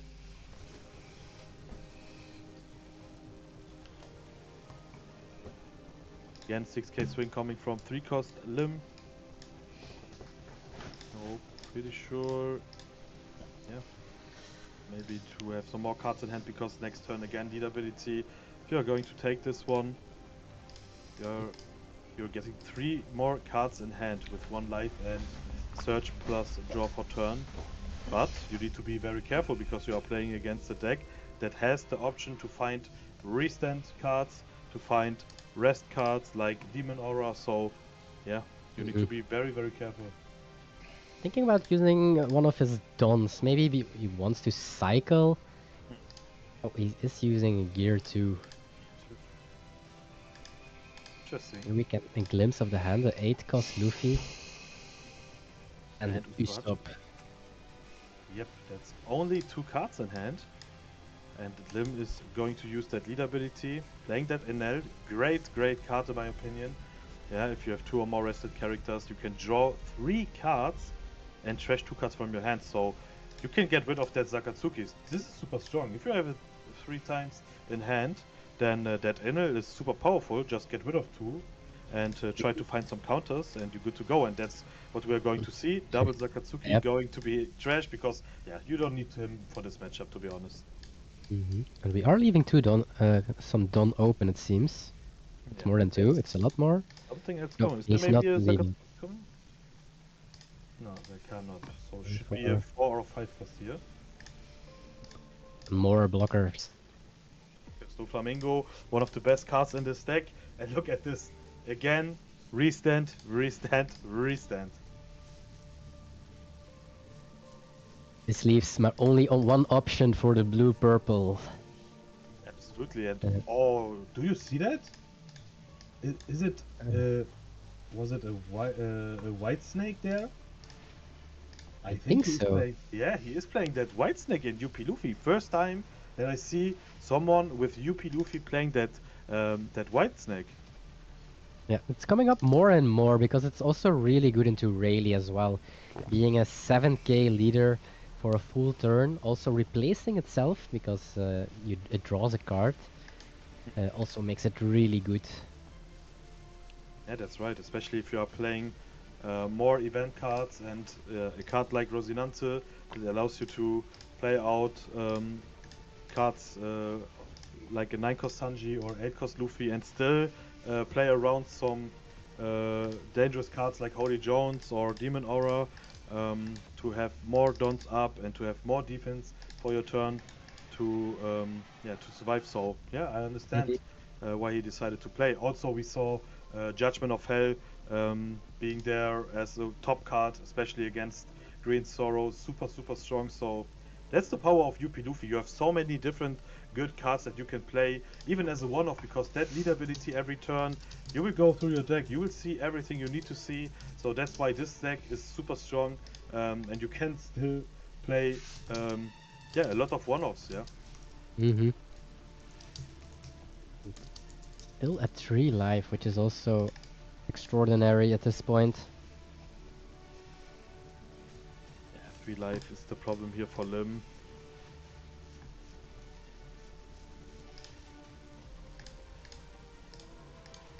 Pretty sure if Lim is going first for this matchup, Luffy would not be on 3 life. That's the problem about going second if you're playing against this deck, because 3 life and there are already 2 Nikos on the field.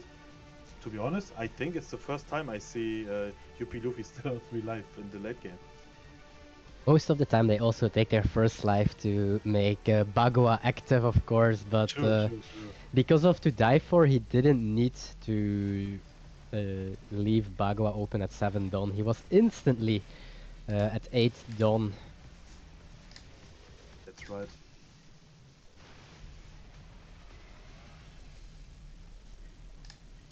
he's swinging 8k now. So option here is to block and then maybe 2k, 1k, or just yeah, block and let one blocker go. You can also give double 2k. Doesn't make that much sense, but there are still two 9k swings coming at least. So yeah, super dangerous, and you need to. Oh, he's going to take this one. Okay. Now I'm interested to see what he's going to do with that double 9k swing coming. Is he going down to 0 life? Yep, he's going down to 0 life. Wow. 8 Don left. What is the best play here? So swing 9k again and then, yeah, just block this one. Is he also going to counter? Yes. Then for 8 Don, is it Rosinante and then pass? Or Nami maybe? Yeah, looks like Nami. Looks like, yep, looks like Nami.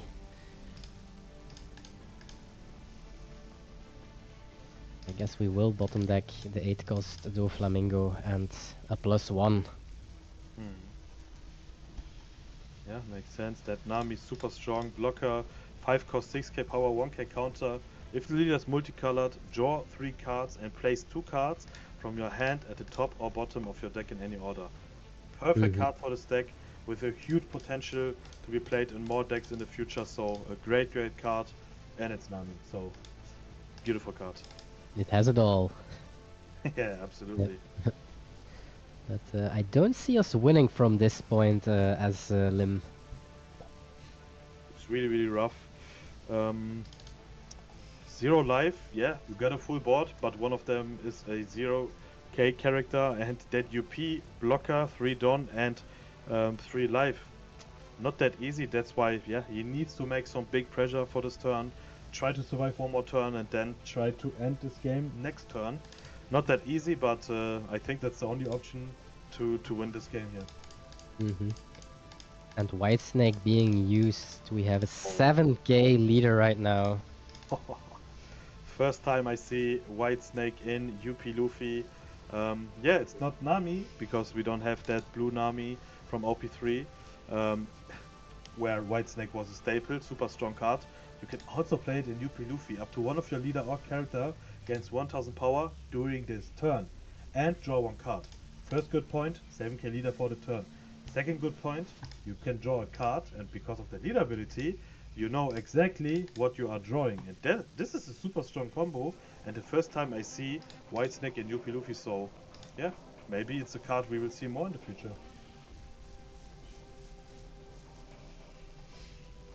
Absolutely, and very good into Rayleigh as well. Yeah, especially into Rayleigh, you're right.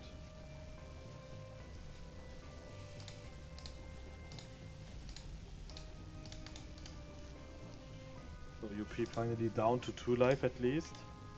That's a good point here for Lim, but not enough. You still need to make some more pressure to try to finish off the game. He got some cards in hand, that's a good point. But yeah, the 0 life, that's super dangerous. You have 8 Dons, so 5 cost into leader ability could be an option, or just yeah, put some Dons under Lim leader and under the 3 cost Lim. Try to get rid of some counters, but yeah, the problem is 7k leader and leader Lim and 3 cost Lim are both 5k, so you need to invest at least 2 Dons to swing equal to that Luffy, and that's why, wow, that Whitesnake is super strong. And we don't really have events like Hell's Judgment or Blast Breath in hand, so it's a little bit scary. Can we survive on the backswing?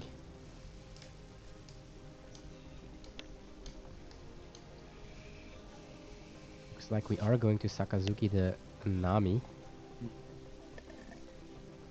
It's a good value now from Sakatsuki. So very strong card. If you have 2 or more rested character, KO up to one of your opponent character with a cost of 5 or less. Good stat line here also.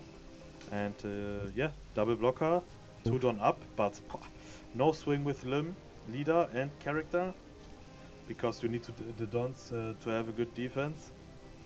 This looks really rough. We almost whiffed on that surge with Oh leader yeah, ability. Only 9 cost Sanji available. Here we go. he's going to bottom deck this one for sure. Yep. Not happy with that. So he will draw a card that, yeah, he does not know.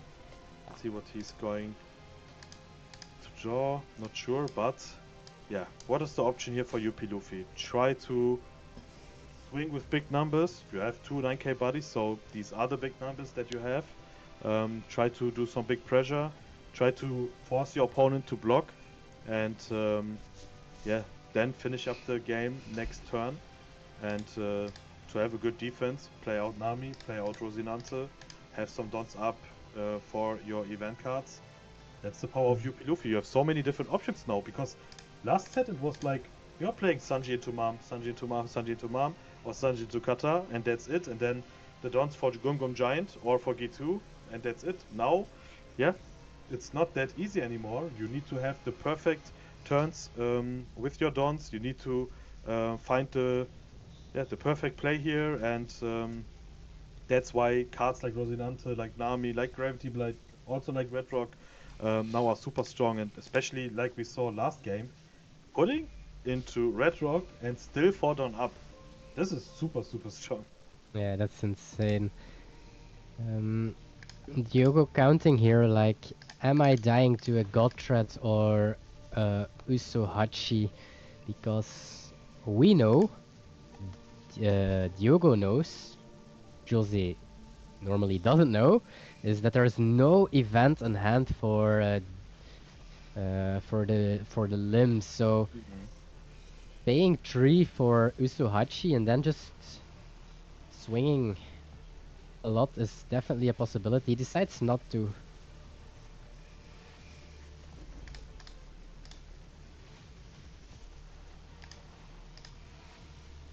Yeah, but still doing a big swing here with that Mihawk.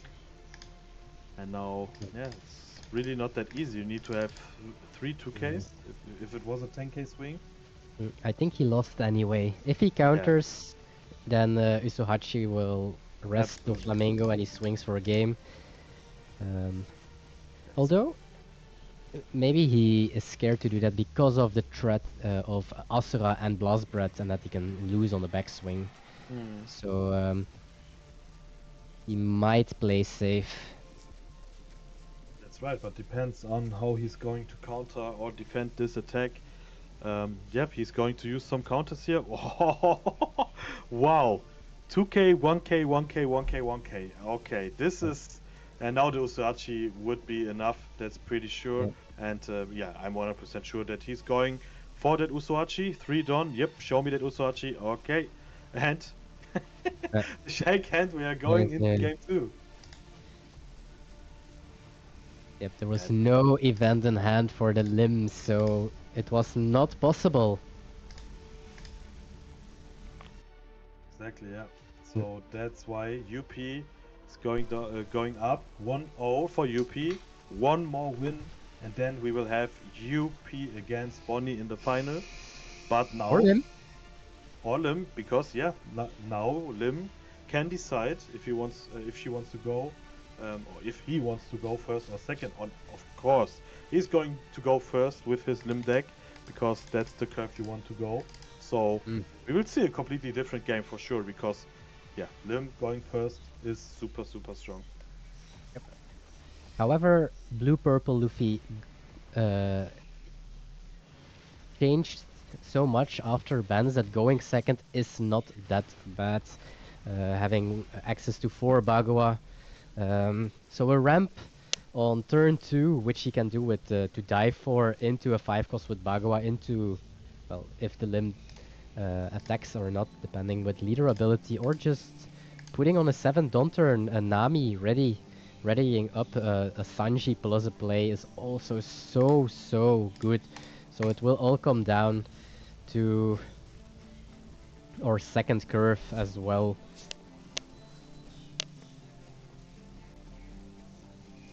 But I do think if both players can decide hand, even if Lim goes first, I think that UP is winning. If they can actually decide their hands, of course, which Yeah, is not possible. I agree. I think UP is in such a good position that there are not that much matchups that are hardcore unfavored. Is there any top matchup from the top decks where you can say, okay, UP is Uh, I having a think bad matchup against? I think the hardest matchup for UP right now is probably Green Purple Luffy, Yeah, I would agree. and the toughest to play and to learn and to pilot is against Teach. Oh, I want That to is see that. Teach against UP is from Mm. both sides very high skilled um, to decide what you will do. Will you starve? Will you go face? Because if you are playing and Gravity Blades and 2, which is most of the time the number 8 cost Luffy's, um, going phase instead of starving is an option. However, um, I do think that starve is almost always the way to win against Teach. Um, because the Teach is also like it's a very flexible deck, and they also changed like they are not playing 4 Burges anymore. Even Giovanni, the winner of Athens Treasure Cup, only played 1 Burgess, I think. So the so 8 cost Luffy is not it's not there anymore for the Burgess. So I think GP and Teach, I would say, are the hardest ones. Yeah, we saw yesterday one UP versus GP, and that game went so good for GP Luffy. Mm-hmm. Yeah, the matchup changed from OP11 to OP12. Now it's a hard matchup, especially with the Demon Aura. Mm-hmm. Yeah, very good. So GP is in a good position, and I'm pretty sure we are going to see more GP in the future because next week, yeah, PRB02 is coming with some new cards for some decks, and especially for GP Luffy. We will have that new 2-cost Nami Searcher, and also that 4-cost Luffy that is Supernova Droid. So Oh, very he's strong going card. first. What? Okay, and he decided to go second against UP Luffy, and you are playing him. Wow, now I'm Okay. surprised. Yeah, I'm also really wondering the thought process behind this. Um, I can imagine that you are basically doing the same, but you are also able to swing 6k with your leader. Because now you are also playing for Tridom, a character, and you are playing and you are swinging 6k with your leader. And next turn, if they play a Rosinante or a Nami, you can Sakazuki the. True. I guess that's the thinking process behind it. Yeah, that's absolutely right. I mean, he's playing the semi-final, and I'm pretty sure he practiced this matchup, so he know what he's doing. So maybe we was wrong. Maybe he was the one that decided in the first game also that he wants to go second because maybe that's his game plan here. Seems like. But yeah, I can imagine that that's the reason. He's actually doing the same, but he's able to swing 6Ks with the leader. Um, that should be the thinking process behind it. And next turn, he can potentially play a Sakazuki, which he always has 4 of them in hand when he is on stream, it seems. But Yeah, that's right. But there's only a okay. There's a Bonclay coming, and 3 Dons. so it's to 7. And we are at 2 life, so Bagua is an option again. Yep, Bagua is an option. And there is no trigger in the deck for Lim, so playing the Bonclay first doesn't really matter.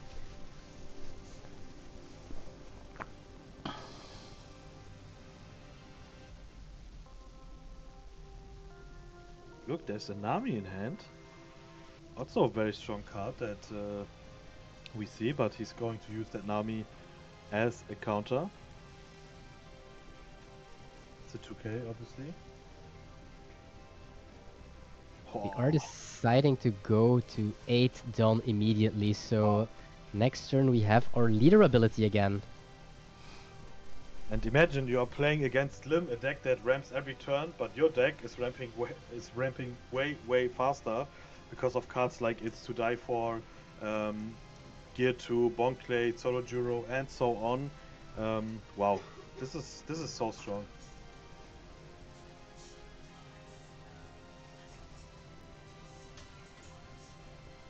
So he's going to swing with that one cost Lim just to have one more rested target. What makes sense because that Adio, you need to have rested Odyssey character to give him that 1k plus. So we have a 6k swing into 6.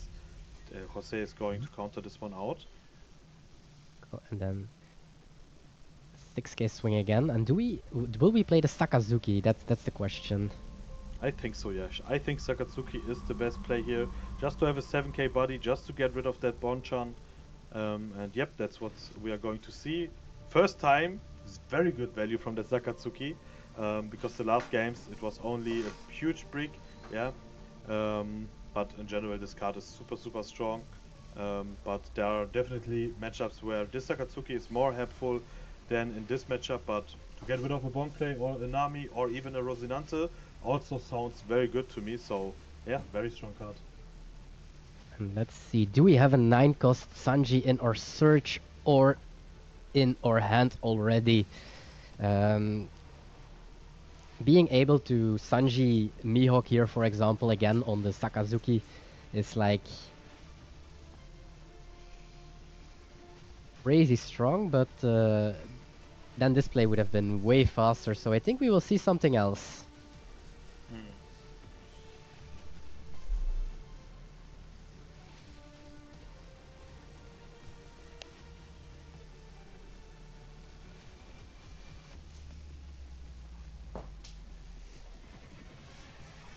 Still thinking of what's the best target here to pick up, what's the best stack to leave at the top or even bottom if he's not happy with that, but seems like he is happy with his top 5 and looking for the best play for this next turn. The first 10 Dawn turn that he have. Super fast because Lim is going to only have 9 Dons in the next turn and UP is already on 10 Dons, so super fast. And he's going to go for 8 cost Luffy. Which is not that bad because it can potentially swing into the Sakazuki for 9 and bounce Adio. However, you're bouncing a 2k counter, so that makes the Sakazuki potentially survive. However, Sakazuki is not the biggest threat because Sakazuki can't be restanded by Mihawk. Mihawk is only restanding 5 or less. So Okay, and he is going for that Luffy, so no Sanji into Luffy. We only have that 8 cost Luffy with 8k rush. When attacking, you may trash one card from your hand, return up to one character with a cost of 4 or less to the owner's hand, so you can bounce back your own cards or your opponent 4 or less cards, and then give up to 1 rested Dawn cards to your leader or one of your character. This card is super strong. OP 11.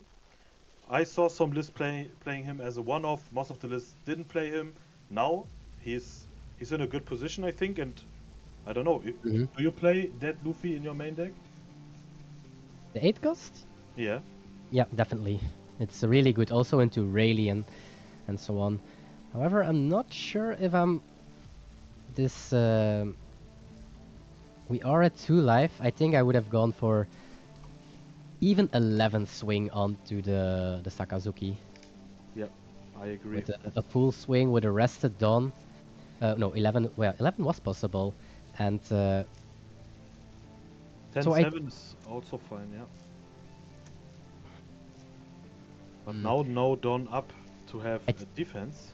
Yep. I think I liked first the 6k swing on Adio or on life, but I prefer Adio to get a counter out, and afterwards play your Luffy and swing 11k onto the Sakazuki, bouncing the Adio, and then he needs to counter with another 5k, putting the limb to like 2 cards in hand or something. So, but he decides to split the Don.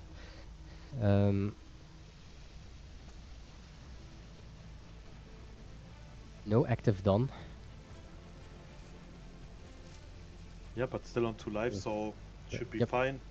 Yep. Also, like you said, that Mihawk, that restand Mihawk, doesn't work with that Sakatsuki because he's a 6 cost, so yeah, Jose is not in a danger to lose this game this turn. So that Absolutely. Limb Searcher now, finding a blocker Dofi.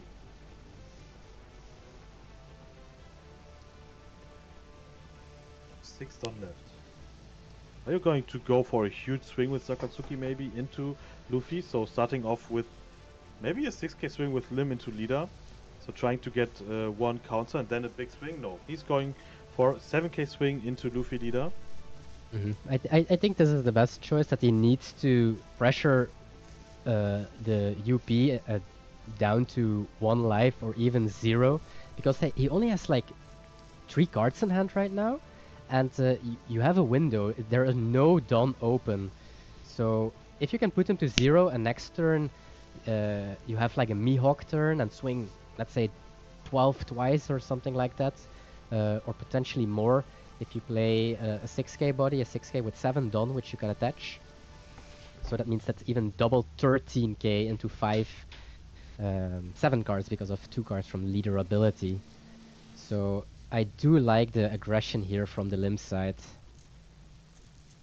Oh, and he's going to counter this one out. Double Utsuhachi 2k.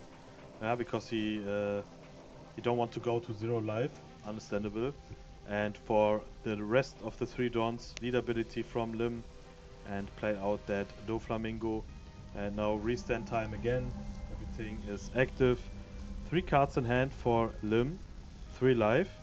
And for Luffy, 1 life. Not that much cards in hand, but now with search and with draw for turn, 2 more cards, and that Luffy is still on the board. So looks better than the first game, I would say, for Lim, but still very open. Yep. We have only 4 cards in hand, I think, from the UP Luffy side, and we don't really have, like last game, 2 big bodies. We only have 1. So Yeah, but he's starting off with a 6k swing, so maybe he's going for a Sanji play here with something else, Sanji Nami, Sanji Rosie, something like this. Yeah, or even no Sanji, but 2-5 cost. There are some options, we will see. That 6k swing was countered out with that 2k audio. Now 8k swing, obviously no ability. Attack goes through, no trigger, and this is the hand, okay. man, is really bad. Yep, it doesn't look that good, to be honest. So he has to play that Doflamingo now, Don -1, play that Rosinante, trashing away that Red Rock, draw 2. Okay, and finding a White Snake and a 1k Sorojuro. And now, end of your turn, you can restand 2 Dons. So 4 Don, no blocker, and yeah, not that much cards in hand. So there's a chance we're going to see Lim making that 1-1 now. If there is a Mihawk in hand, I'm quite confident that Lim can take it this turn. Yeah. However, we don't know the rest of the top of the deck from Jose Martino. If he has like another giant, if he has like gear 2 or more 2Ks, but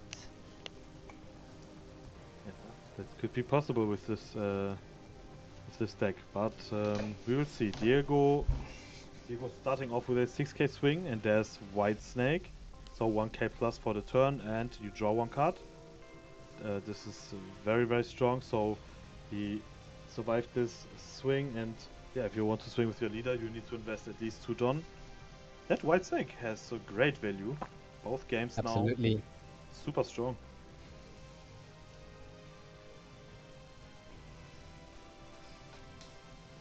But I do like starting with a 6k swing, and because with UP Luffy with almost no cards in hand, um, the small sixes they have to counter, or you are forcing them to use already one of their events.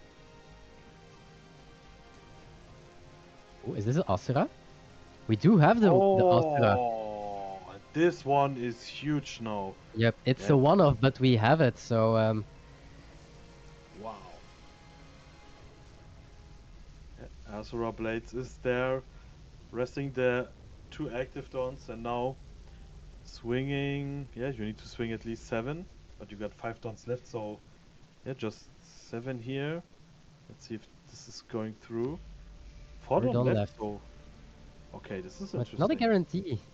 Yeah, it's not. He's going to counter this one out, I think. There's also 1 life left. He can only do 7-8. Only 7-8, yeah. No, 7-9 for Don. And 3 down to pay for the Mihawk.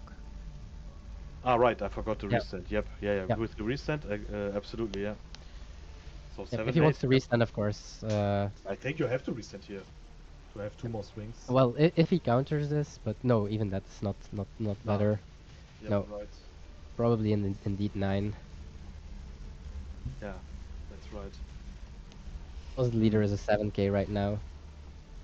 And that 7k is so important and Yep. could be a winning condition here for this match, that Whitesnake. So, yep, he got that 1k counter, so yeah, he's not going to be able to finish this game, that's for sure. That's why, is it only, it's a 9k swing. And this one goes through, but 2 life. Okay, you have 1 blocker. If he's going to get rid of that blocker, then there's a chance we will see UP Luffy winning this game. Mm. Wow, changed completely. What a game.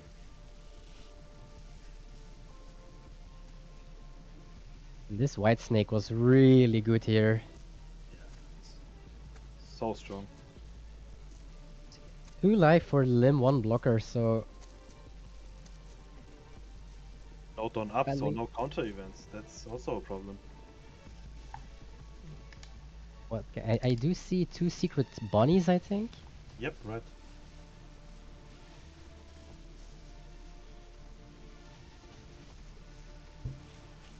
Wow. 4 swings now. One of them is an 8k, 9k, and 2 6ks, and you have 10 dons. I don't see a 2k. I think we only have 2 1ks, so Yep. even a 6k swing is already really, really annoying for the limb side. Yep, it is, but the question is, does he have an Usuachi to get rid of the Doflamingo blocker? Doesn't looks like it, because he would have starting off by playing out that Usuachi. Yeah, 9k swing goes through. Again 9 probably with Luffy or Rosinante. Yes, it seems like he is splitting.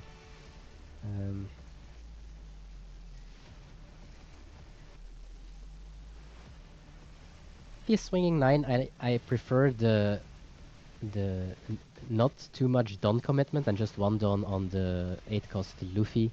So we're not committing too much. If it's a 9, of course. If it's a 7, he's going for That's going for a 9. 9. Oh,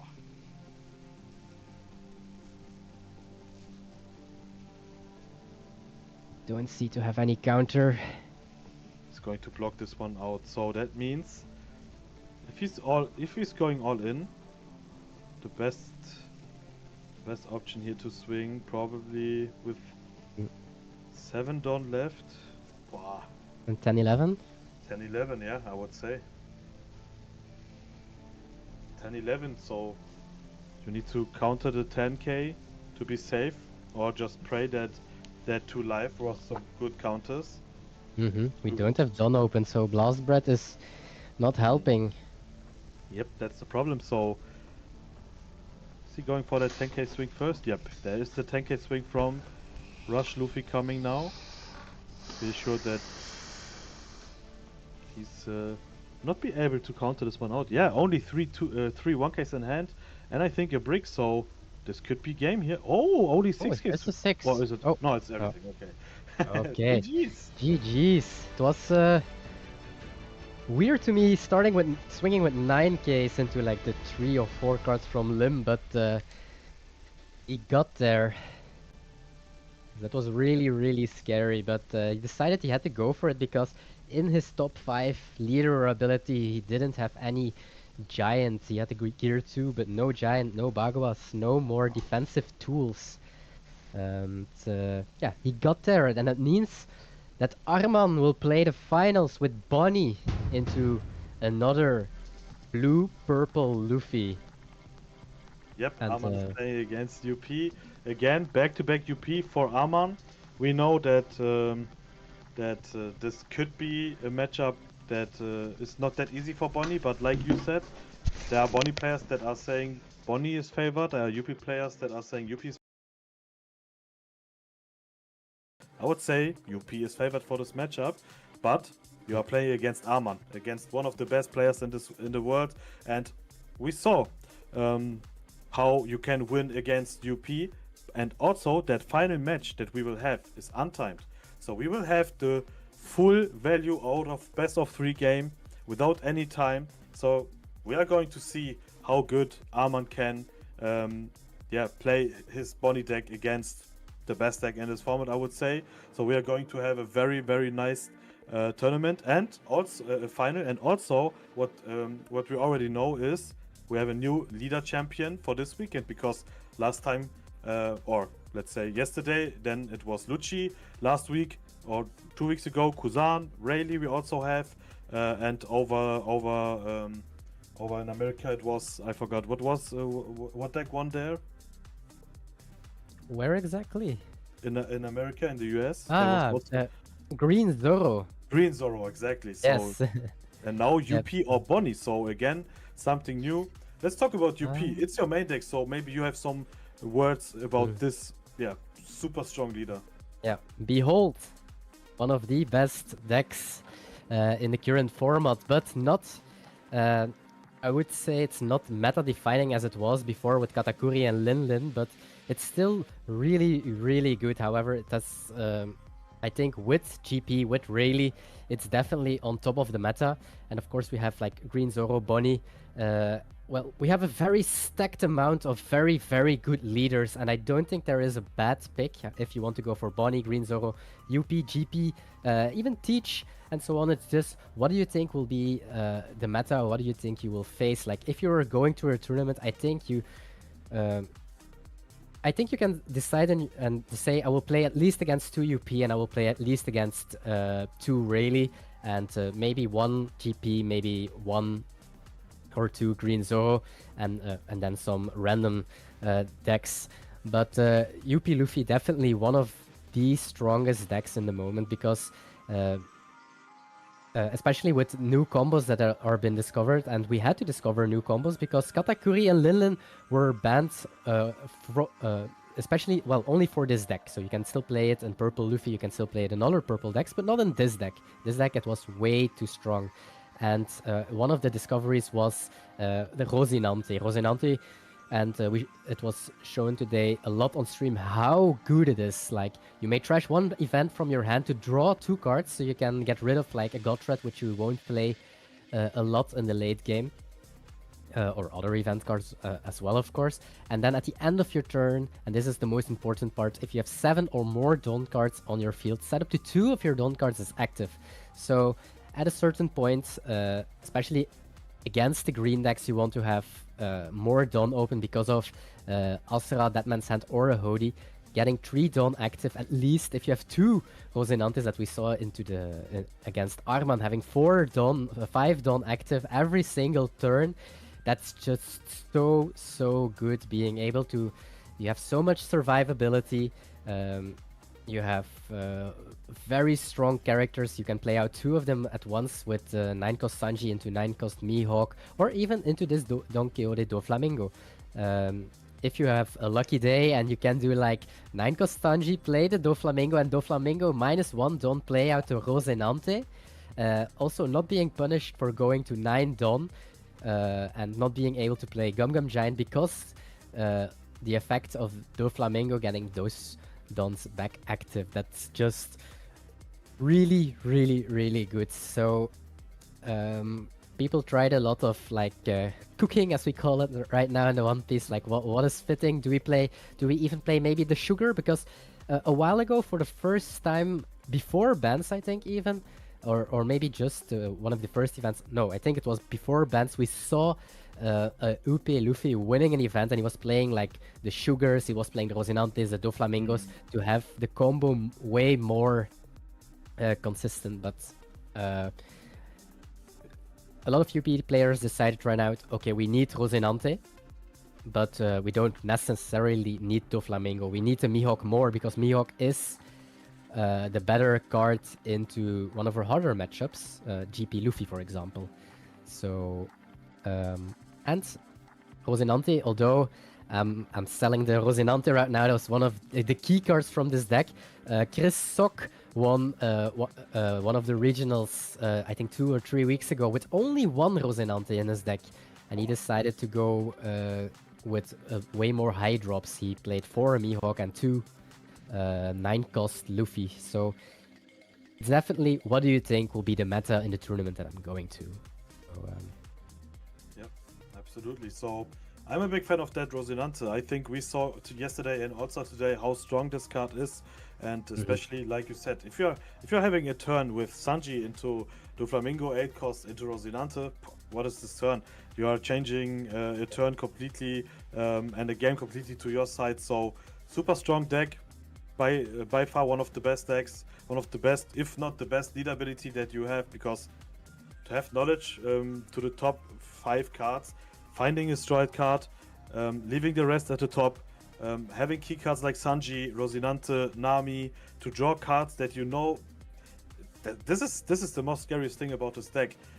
But like you said, this deck is not the meta keeper like in OP11, because in OP11 it was more a meta keeper, I would say. The meta is so open, so many different leaders, so many different decks, and to be honest, I like the position of UP Luffy. Yes, it's still a super strong deck, but at the beginning, after Katakuri and 9-cost Lin Lin, I was like, okay, there's no chance for me to see this deck at the top, and I was wrong, because this deck is still at the top and still super consistent, still super strong because of that lead ability, and to see a card like Rosinante shining, yeah, I'm a big fan. So And we're going Giant. to see, and of course, and Giant, yeah, the best event card in this game with Haki. So these two are super great. So we are going to see UP Luffy playing against Bonnie in the final. This is our final for this weekend, the offline regional in Sevilla, hosted by Victory Roads, and we have one more round to come. Armand is playing that final against Jose with UP Luffy. So Bonnie versus UP Luffy. One of the leaders, the champion. And we are doing a quick break and we'll be right back with the final match. So stay tuned, guys.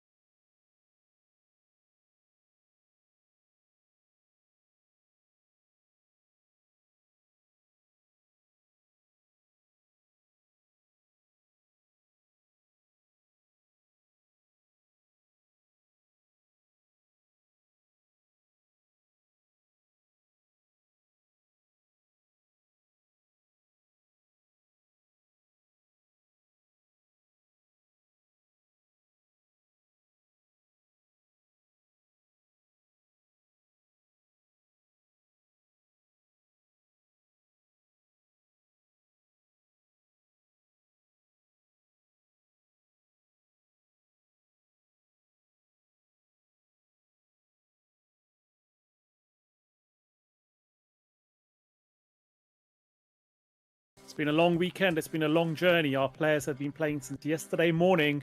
10 rounds yesterday, a top 32, a top 16, a top 8, and a top 4 matchup.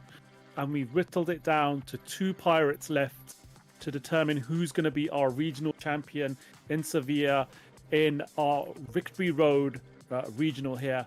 And we've got Arman piloting Bonnie versus the blue purple Luffy of Jose Martinez. Yep. Great matchup to come. But let's have a look at the journey that these players have had from the top 16 onwards. So, looking at the top, Arman faced off against an L deck, won through that one, and defeated the top seed Mario with his Zorro deck in order to face off against Francesco Dante's blue-purple Luffy in the semi-final and made it final itself. And on the bottom half of the rankings here, on the other side of the bracket, we had Jose Martino winning the mirror match to begin with. Then he went on to the next matchup and had to face the mirror again and managed to beat Michael Giambi. And then he just beat Diogo in that second semi-final quite convincingly against Lim to go 2-0 into the final to face Arman's deck. So we have Bonnie versus blue-purple Luffy in the final here. So 2 of the strongest decks and the decks that we thought would be getting to the final. Yeah, if we are going through the day, the first starting off where we talked about the top 32 bracket, on the right side there was a lot of UP and Bonnie, so the chance to see one of them in the final was very high. But to see both in the final is not that surprising for me, because from top 32, 10 UPs, 8 Bonnies, and Yep. for me these 2 decks are probably the best decks to pick, also with Rayleigh. So if you ask me for the top 3, I would say exactly these 3 decks, and to have 2 of them in the final now is it's not that surprising. But the meta and the set is so open, like we saw the last events, that we will have a new leader for Europe as the champion, because we did have Rayleigh, we did have Lucci yesterday in Zagreb, and we also have seen Kuzan at the Victory Roads Madrid regional, and now we are going to see Bonnie or UP Luffy as the champion. And Arman, one of the best players in the world. I think everyone knows him. For me, the best Bonnie player in the world, and he's doing so great. But he's facing a very tough matchup and also a very great player with Jose. He's piloting his UP deck very, very well, and also playing some spice like we saw last game. White Snake. I was so surprised to see this card in UP Luffy, and this card is so strong, and I'm pretty sure that with his list, with that spice, more and more UP players are starting off playing a card like White Snake. So both players are ready, and I'm really looking forward to see who's going to be the champion of Sevilla. Fist bump, and let's see. So Arman, pretty sure have to go first, because UP Luffy wants to go second, and that's why Arman has to go first. And let's see if there is a Bonnie Searcher. Yes, there's a Bonnie Searcher. Yeah, it drops the Bonnie Searcher. This is a final, untimed, so there is no time limit, no overtime. It's until one of our 2 players gets to 2 game wins. So whoever gets to 2 wins first wins this final. No timer on the clock, as we said. But as you said just there, most represented decks in our top 32, 10 UP Luffy, 8 Bonnie, then the next was 4 Rayleigh, and then the rest were like 2s, 1 off. So these 2 decks have been the strongest performing decks this weekend, especially in Swiss coming into this top 32. So it goes to show that they deserve to be here, don't they? Yeah, absolutely. Both decks are super great position. Yeah, Bonnie with some new cards, with that A-Cost Miok, that is super strong. And the Demon Aura is such a strong card.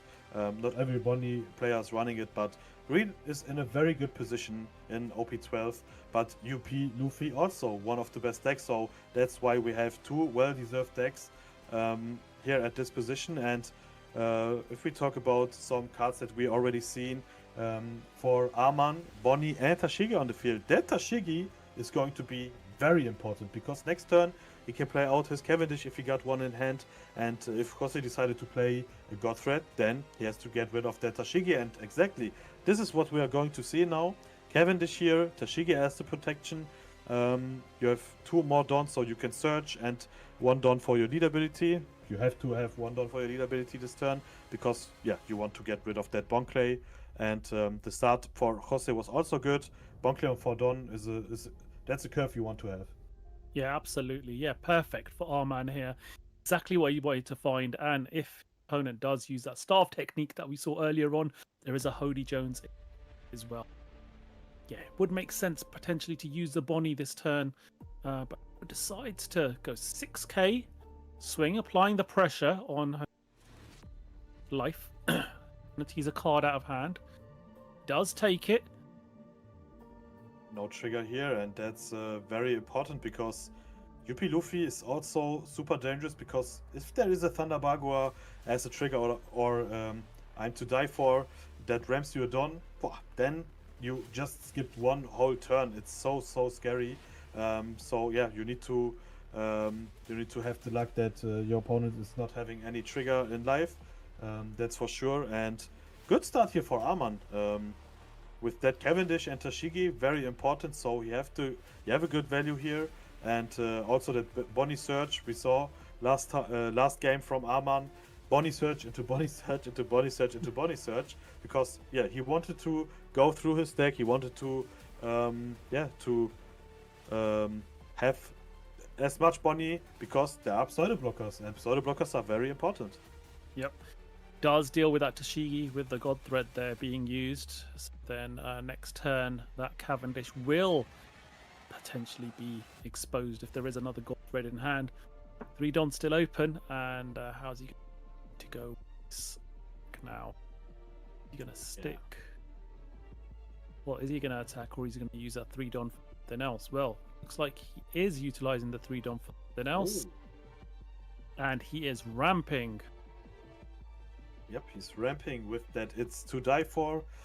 Double ramp, because there's a 6k character on your opponent's field, so super strong. And also, right decision to not swing, because yeah, you don't want to lose your Bonclay this turn, and yeah, I think it's right. Also, because we are playing untimed, maybe now the staff option could work, because now you have to time to staff your opponent and to try to play like this. But yeah, if you have cards like Hody Jones, then it could be very tough, because that Hody Jones take 1 life, rest 2 of your opponent characters or Don cards, and then add up to 1 card from the top of your life to your hand. Super strong card. So he was able to get rid of that Bonclay, Cavendish swing, 2 Dons back, so still have that lead ability that you don't need, because there's nothing on UP Luffy's board, but you can still use your Searcher or even play a blocker here to protect your Cavendish. This looks very good for Arman for the start. Yeah, absolutely. Yeah, getting some solid play here. Getting rid of that Bonclay was extremely good. Resting down that 1 Don. Now getting some swings in. Okay, swing there was countered out with ease with the Usohachi, and now he's going to swing with the Hody Jones here. 2 Don open. That's the question. You can swing 9 here just to as first of all, of course, you're going to search, and then you can swing 9 here just to play around that Gear 2 counter, because then you need to Jose needs to have a Gum Giant, and that would be good, because that Gum Giant will draw him 2 unknown cards. So, oh, look at this, double Giant, 9 cost Sanji, 8 cost Luffy, and a Thunder Bagua. So no counters. So that Hody swing is going to hurt, but he will use that Gum Giant for sure. But yeah, he will draw. That's 1 out of the hand, isn't it? It's 1 less to worry about later on, which is really exactly. Yeah. So let's see what Arman is going to pick up with that Bonnie Search. Checking the top 5. He already decided, and there is that Gum Giant, because that AK swing was coming from Hody Jones. And then the pass. Yep, so the Gum Giant was utilized. So one of them is now out. Looking at the top cards there, there is. This is very good. Yeah, that Rosinante is going to be really useful. You've got that. Of Hody Jones, because when Cavendish is on the field, you play Godthread. There was Tashigi, so good for Arman. And if Hody Jones is there, you're playing Mihawk. So that's what is the problem about this matchup, and especially about the dice roll, because otherwise, if Arman is decided to go second, his curve is 6 Don, Cavendish.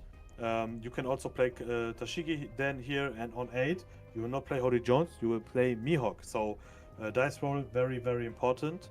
And that Sanji and Mihawk looks super scary on the field now, because 2 9k bodies already is so strong. Yeah, exactly. And you're going to be a bit more reluctant now about another Hody Jones or anything else, but he drops the 8-cost kid that we've been seeing all the way from the days of OPO1. Always a nice big pseudo blocker on the board. Attach a Don to it, activate main, bring something out, and then your opponent has to focus their target attacks into it. Yeah, that 8-cost kit also a card that is there since day one, since OPO1. Still one of the best green cards in this game. Yeah, it's like making your leader an 8k body. You need to get rid of him, otherwise you cannot attack anything else. You need to get rid of him. That's so strong, but UP Luffy is playing a lot of cards that have removal or big bodies like that Mihawk and like that. Perfect. Oh, yeah, and that's the perfect card that you want to have. Rosinante blocker. So if he's playing that Usuhachi and Rosinante is rested, you can still use his ability to save your kid. So that Rosinante is very, very important.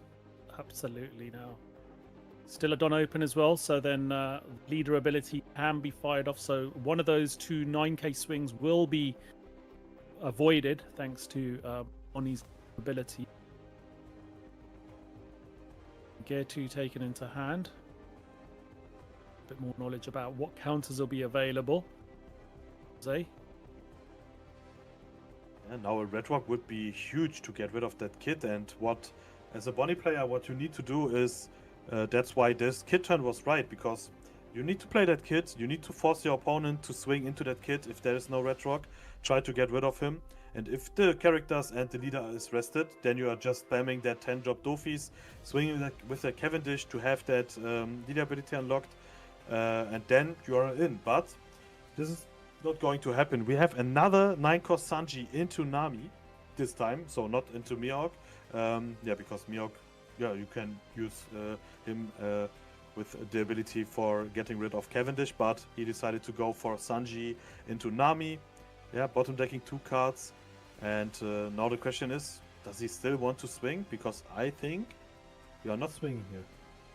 No, exactly. If you swing here, you're leaving yourself susceptible to the 10 Costo Flamingo, aren't you? If really you just want to sit back and just make sure that you're surviving next couple of turns and then be able to swing big, try and go.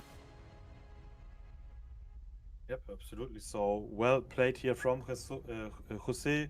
Just build up your board, bringing out more characters with huge numbers. And now Arman needs to think.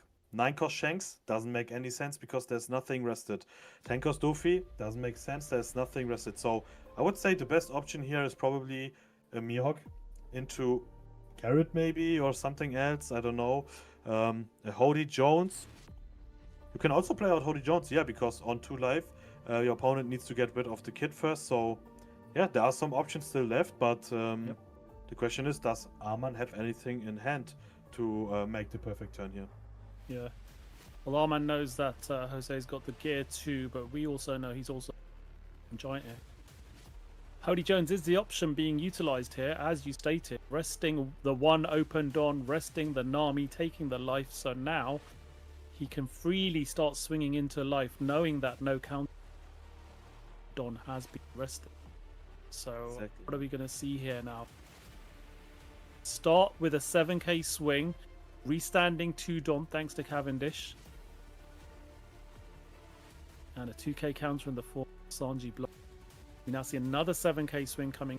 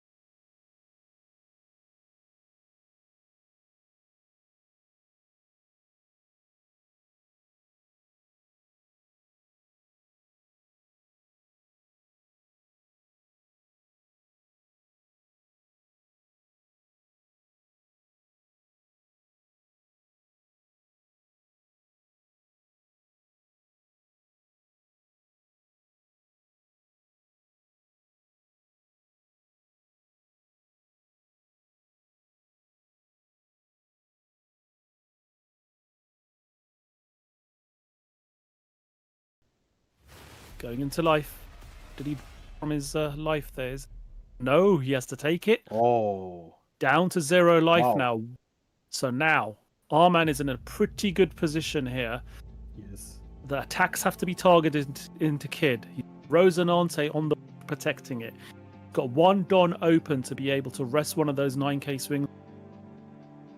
And 2 life still there. So, what's going to be Jose's play here? Can he find a way? We know 2 of his cards are definitely events, counter events. Gear 2 from his start a turn leader ability. And Look, Arman's already. just checking how many Gear 2s are in the trash. Yeah, and One also earlier as well. Yeah, and also how many 2Ks, because already 5 2Ks gone, and we know UP Luffy is not playing that much 2Ks. And because the players are playing with open deck lists, Arma noticed, okay, my opponent probably only playing 6 or 7 2Ks, 5 are gone, so not, yeah, there's a high chance that there are not that much 2Ks left, so that's why he was checking for everything, also for that Gear 2, how many Gear 2s are gone. So yeah, very, very important knowledge here. Yeah, absolutely. So has Jose got the Rosinante to be able to restand those 2 Don at the end of the turn? That would be a pretty decent play here, and then be able to distribute the rest of the Don on the characters to try and apply some pressure to get rid of that Kid. That's the question. I mean, Aman have some counters in hand because he got a lot of counters, a lot of cards in hand. Yep. So the option that he decided to use the Bonnie effect to rest that Nami, so there's one less blocker to try to go for game or for lethal next turn. There's a chance, but is it a pudding maybe coming here for 4 Don? So he's able to get rid of some counters that he has in hand. Yep, that is the pudding. He is. Pudding it is coming down, and Armand is having to put all of those cards he has acquired into his deck and shuffle his deck and draw 5 cards. Resetting his hand could work out to be quite bad for Armand, but it could also work out to be quite good for Armand as well, depending on what he draws into. So yeah, absolutely. It's That's the always a power of gamble. pudding. Yep. Always a gamble. That's the power of pudding. You can draw 5 2Ks now to be safe, but you can also draw 5 bricks. Yep. The best option I would say is give him 3 2Ks, 1 10-cost Luffy, and 1 Hody Jones. Yep. That's the perfect hand you want to have. So you have 3 different options. So Yeah. let's see what he's going to draw. Yeah. Because this is the most important thing now for Arman. Yeah. If he got a good hand after that pudding or not. He's not even looking. Okay, now he's looking. Kids, Tashigi, Cavendish, and Tashigi. Okay, some Okay. counters. That's It's not fine, too I would bad. say. Yeah, Yeah. it's fine. Pretty decent. Is it even a Hody Jones? No, it's a Bonnie Searcher also. Yeah, those 2 Tashigis are 2 2k counters. It's got the Bonnie as well, which is a 1k counter. Cavendish is a 1k counter. So, yeah. Really decent. Good job also there from the camera team, showing us the new hand because of that pudding. And now we are coming into the attacks. So 10k from Sanji, and he's going to use the leader ability not to rest Nami. He wants to get rid of the next big swing, Mihawk. So 10k swing, he can counter this one out. There's also one blocker, so he can also use the blocker. But no, 2k, 1k here, super, super important. Yep.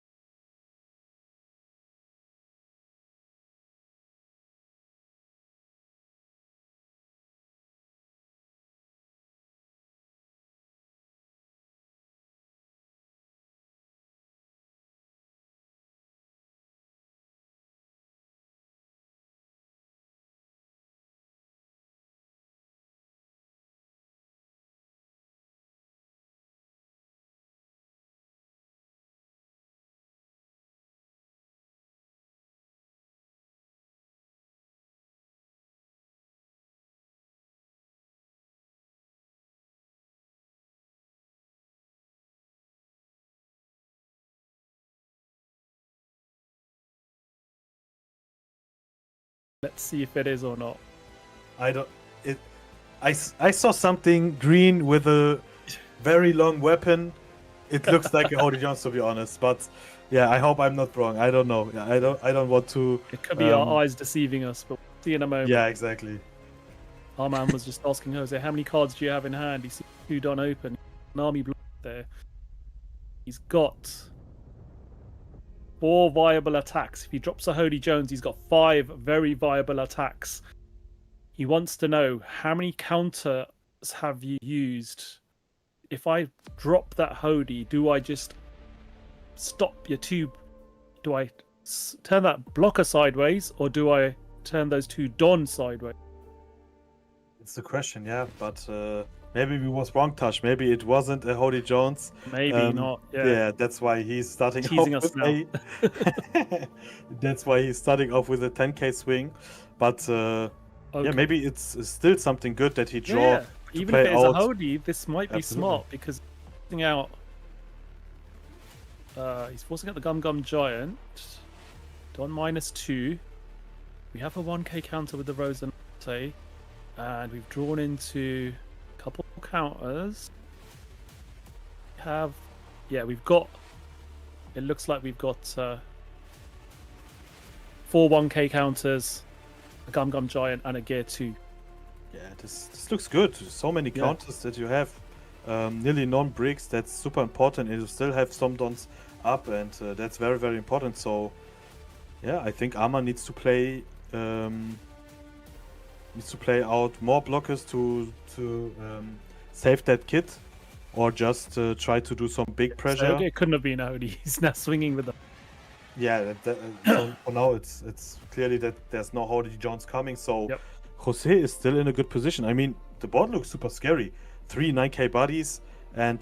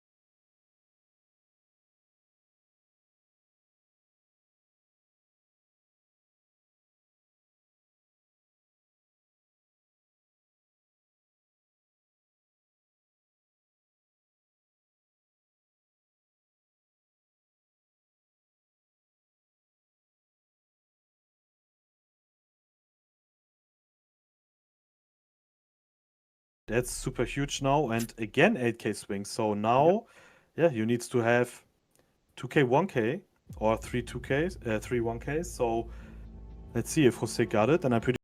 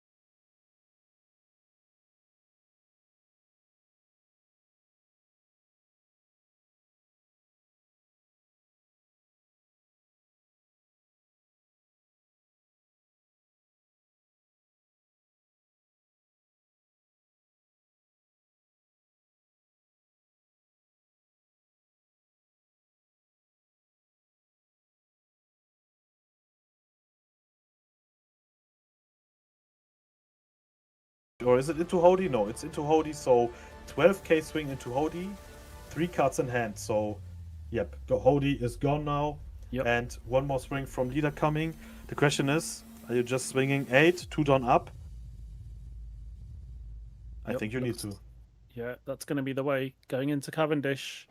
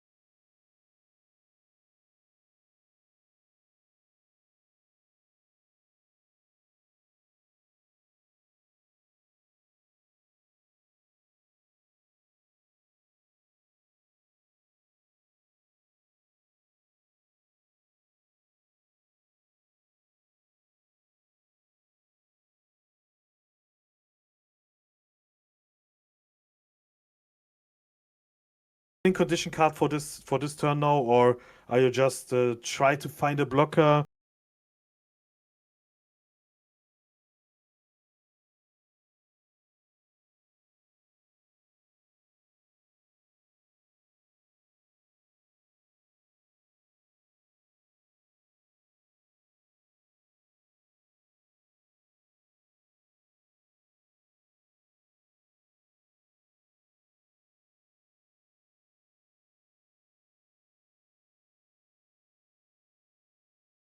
Yep, only one Dawn, so is it only 7k? No, it's Nope, 8k, it's then going probably to- into Cavendish.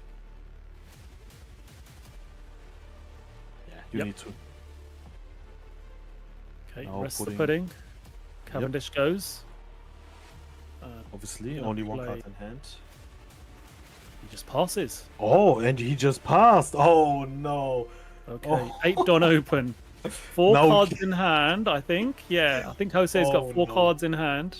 he got 4 cards in hand, yep, and a 20k swing from Doflamingo could come now. Oh my god. Yeah. I know UP is so strong that you can also get rid of a 20k swing. It's so crazy. Yeah, that's what- the thing, because if you got Yeah. Gum Gum Giant, you can literally go plus 4k, draw 2 cards, draw 2 more events that Yeah, can give you exactly. counter. Especially with all honest, that Don open. Depends on, okay, another 10 cost Dofi is not okay. If he is going to be able to get rid of the pudding, maybe yes. I'm not sure if another 10 cost Dofi, if he top deck one, is the right play here because you don't have the leader ability unlocked. I think you need to go for lethal here, to be honest. Yeah, I And think that you do. means 6k swing and 90k swing should be the best option. 4 cards in hand. 6k swing means a 1k, and then if he's going to use that giant, that means if he is thinking of I got more counters, more giants in hand, as the giant target to trash, he needs to trash a giant or even a different counter like Thunderbargo or something else. So that's the only downside by only having 4 cards in hand. So yes, 6k 19 should be the way here, in my opinion. Yeah, I think you're right. Let's see what Arman decides to do here. Yeah, or 10-15 also. 5 down on the bunny leader, so giant plus 1k, and then 5 down under the Doflamingo, so double giant, and the 2k needs to be there. So this is so close. What a game! It's so difficult, so tight. He does here. And Arman is thinking of what's the best number to swing here. 8k is not right. 8k is, No. if not the weakest number you can swing. 8 and 9, of course, is a horrible number to swing. You need a 690, minimum. that's the You way. need a minimum of 10k swing, don't you? If you draw into a 1k, that would be huge to get rid Yeah, of. and this is it. He's left so much Don open. If Exactly. he draws into something here now. Okay, trashes another Sanji. Let's see what he draws into here. Oh, let's see. The suspense is And- killing me. Is it a 13k swing now? 8 plus 5? Yep, it is. Yep. And 13k swing. I think Arman got it. Yep, I think he's got it here. Yep, he got Yep. it. Wow. What Oh. a game. It was so close. Wow, Jose, what Wow. a performance. He tried to play 3 turns with 0 life. Wow, and it was so close. What a Yeah. game. Super close. And Arman performance, yeah, he needs to go to toilet. Hey, let him go. He needs to go to toilet. What a performance. What a performance. Arman 1-0, and this game was stunning, really stunning. Great performance from both players. Absolutely was. That was absolutely amazing performance there indeed. Arman goes 1 game up with Bonnie into blue and purple. Yeah. Blue Purple Luffy is so strong. I don't know why, Tash. I got the feeling because of that strong defense that UP Luffy now have, because you are playing with more Don. This deck seems to be way stronger than last set, because you can pass a turn with 8 Don, 0 life, 0 blocker, and this game is still super close. Yeah, exactly. It just Wow. goes to show how tight this game can be. And the fear of all of those counters from blue purple is just something that is, it can get scary sometimes. You're just sort of swinging it into the unknown. Those, you've got the Thunder Bagua, you've got Gear 2, you've got Judgment of Hell to reduce your opponent's attacks as well, and obviously Gum Gum Giant, big one, and White Snake, which was really surprised us with this particular deck list. Yeah, absolutely. With that White Snake, Jose cooked something, because this card is so strong. We saw it against Lim.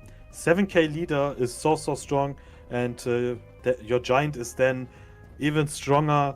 Your gear 2 is even stronger. So yeah, I'm pretty sure White Snake is the card we are going to see more and more in the future, because it's the same every time. I see UP Luffy, I'm like, okay, not a deck I really like that much. Then I see a spicy card like this, or a spicy list, and I want to try it out. It's every time the same. White Snake seems to be very strong, and like Chinoisi said, seems to be a good tech card against Rayleigh, and Rayleigh is a matchup that is not that easy for Luffy. I would say maybe slightly favored for Rayleigh, and with Whitesnake, 7k leader, yeah, maybe it's a card that can fix this matchup. So very good tech card in my opinion. Yeah, absolutely. Having a leader at 7k per turn, just scary thought, isn't it? I mean, that 6k number is bad enough as it is. I always find it really difficult.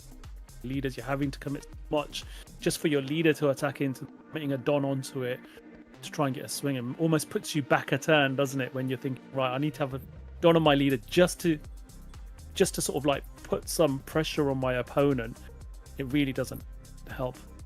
Our man is now back from the bathroom. He is ready to go.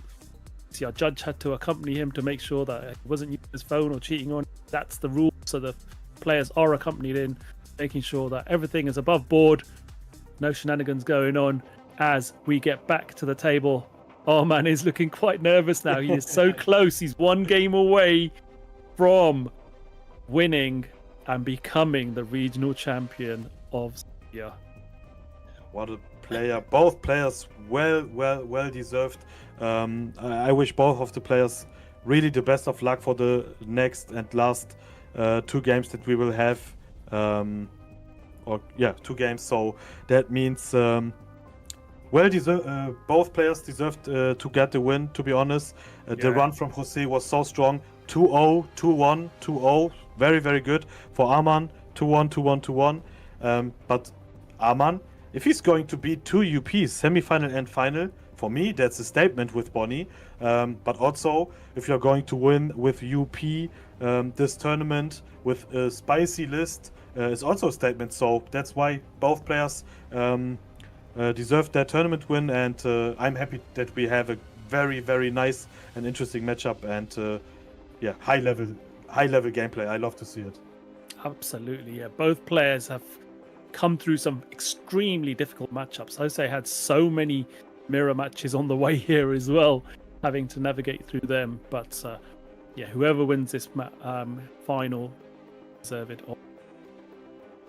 Let's see who will come out on top. Will Jose get the game 2 win and force it to a final 3rd game? Or will our man be able to win this 2-0 and take the win, the regional? Yep, that's as we mentioned, both players have all players in the top 32 have secured their places in our One Piece card game championship season 2 final later on this year in December, your home country. Abra. It is. Yep, it is a home game for me because Düsseldorf is very near. It's only 1 hour for me with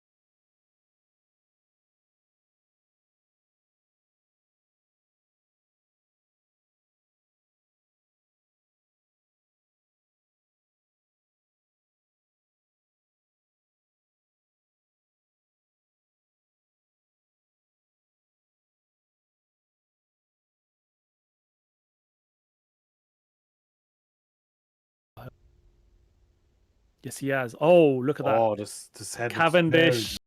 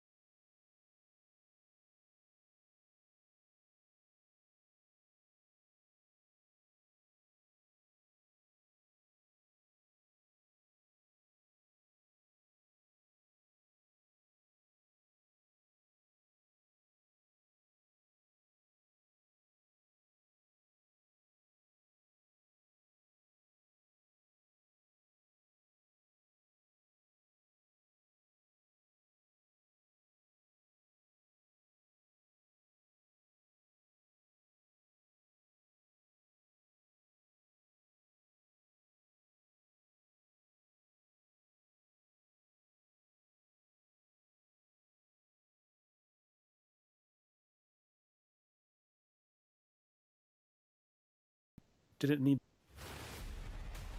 Yeah, that Bonnie is doing a great job. I mean, pseudo blocker in a matchup where your opponent try to starve you. Yeah, seems to be a very, very strong option here for Arman to play out. Of course, you can also find your 2Ks here, even your Cavendish if you don't have one. So, yeah, obviously that Bonnie is super, super important for the stack. But UP Luffy now has that leader ability unlocked. So, if he's going to be making the top 5 for a Supernova card, and I see there are some options here. What he decides to take. I think a 2K here is fine. Urush is also strong. I see another Tankos Doofy, what means, yeah, 3 Tankos Doofy at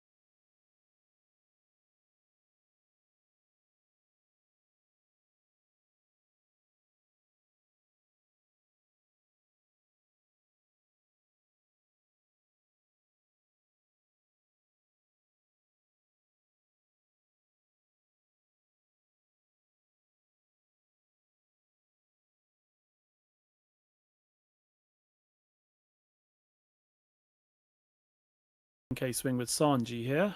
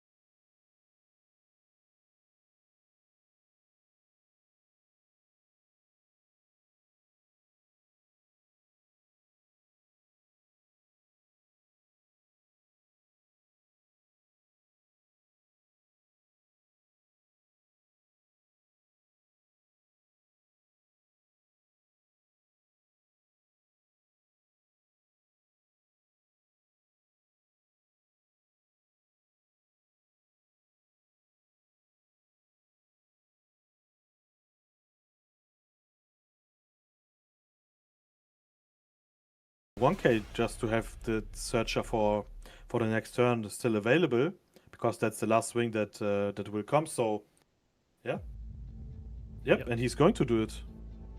Yep. He's saving it. Uses another Bonnie to save it. And then end of turn, Rosinante restands 2 Don. Such a powerful that Rosinante. And passes the turn back over to Arm. So we now have 3 Don open, which again, if there was a Holy Jones, would still leave a Don open, say, to be able to counter. Yep, that Arman Rosinante again. is Yeah. such a great card, really. I mean, there's some really good cards now for blue purple Luffy. If you look at it, you know, the white snake tech is ingenious. Rosinante, especially if you can chain into a Sanji, into Doflamingo, into Rosinante, can almost turn a game upside down. But having that Rosinante on, just getting that 2 Don restand at every time, so good. And even with the on play trashing an event that might not be you anymore, be able to draw 2 cards is so good. It is indeed, yeah. So we start off with a search off the Bonnie. Top 5 cards. Let's find a supernova. 2k X Drake looks like he's that at the front. Potentially to There take was- the hand. I think there was also an 8-cost kit, and we saw 8-cost kit performing very well last game, so maybe there's an option we are going to see that Arman is going for that 8-cost kit, but it depends on the rest of his hand. To search for some counters is also very strong.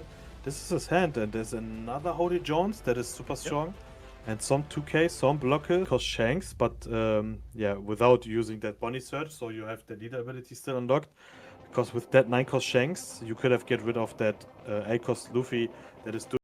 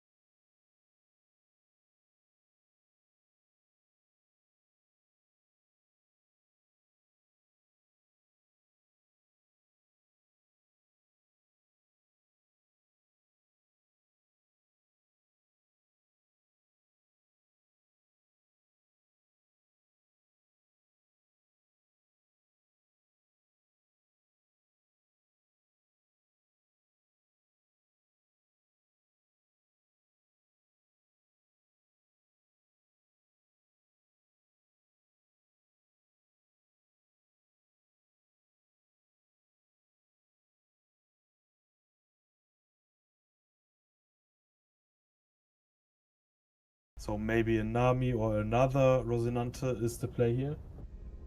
Takes a Gum Gum Giant with his leader effect. Strong.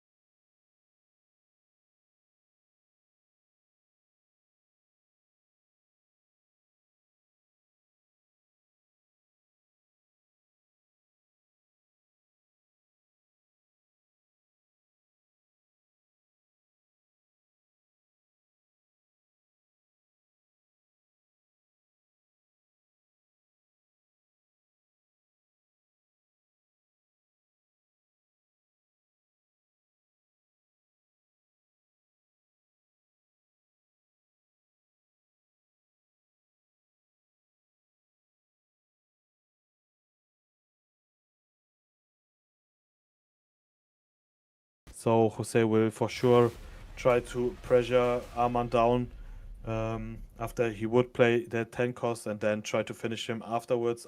But that's why 10 cost is not an option here. 8 cost kid could be an option, but so many big bodies. To be honest, I think Hody Jones, yep, and then try to go for game is the best option in my opinion. Different combo plays, and that's the real power of this deck. Drawing 2 cards every turn, having knowledge about the top 5, top 4 cards that are on the top. This is the true power of this deck, and that's why this leader is, for me, the best leader in this game. Yeah, Luffy's definitely got a super strong future sight with that ability to be able to see coming. But Arman's now in a position where he knows that Jose's got a red rock in hand. One of his characters is definitely going to be bottom decked. And he's got some very big swings. Yeah, so many big swings, and that's the problem. So he's starting off with a 9k swing into Bonnie. He's going to use the lead ability to rest that Doflamingo. Attack goes through. And now one more 8k, 6k, 9k, and 6k are left, and you have still your 10 dons. This is so crazy. Because you could just play out one more Mihawk and bottom decking that Hody Jones. But then you need to have enough counters to survive a Hody Jones turn. So yeah, of course that's not the best option to do. So yep, just swing 10k here, try to get rid of a 2k, 1k in hand, and you still have 2 more swings to come into the Hody Jones. Okay, Arman is countering this one out. It's going to counter, 2 cards left in hand, so fairly easy for Jose to consider what to do. So 8 on the Luffy, and Arman concedes. Yeah. This game, he knows there's no chance back that. Yeah. So yeah, we go to game 3. Jose wins game 2, and it's going to be an interesting finish to this particular final. We're going all the way. What a performance from Jose. He's a really, really great player. Strong performance, see everything that he needs to see. Especially that dice roll was super important to go second against Bonnie. Like Chinoise said, change is really, really important, and it changed this game completely. So now, because Arman lost this game and won the first one, he can decide if he wants to go first and second. And I can assure you that Arman is going to go second now, and this will be very important. But wow, what a final! Our last game is Bonnie against UP, and we have a 1-1 tie. Last game now. Arman or Jose are going to be the Sevilla offline regional champions, organized by Victory Rose. Great event, and both players really, really, really deserve this one. Yeah, absolutely. Whoever ends up winning, be highly deserved, and it'll be such a shame that we have to have a loser as well, because both players have really shown an amazing play this weekend throughout 10 rounds. Yesterday, both players went 8-2, and today they've really shown how strong their day 2 in the top 32 is. A totally different play style when it comes to knockout tournament. Once you get into top cut, having to play 1 hour, best of 3 is a different play style from just the best of 1 that you day 1 against various. Yeah, absolutely, and especially to high level performance yesterday, 10 rounds, today top 32. To be honest, that's really not that easy. It is really, really hard and tough to stay focused on a high level, to play not because in my opinion Bonnie is one of the toughest deck to play, and to bring that deck 10 rounds, high level, crazy good performance. Of course there will be a time where you're getting tired, but it's only one more game. So now the motivation should be at the peak, like Luffy with Gear 5. So this is going to be the most important game for sure. And I wish both players the best of luck. Arman is going to go second.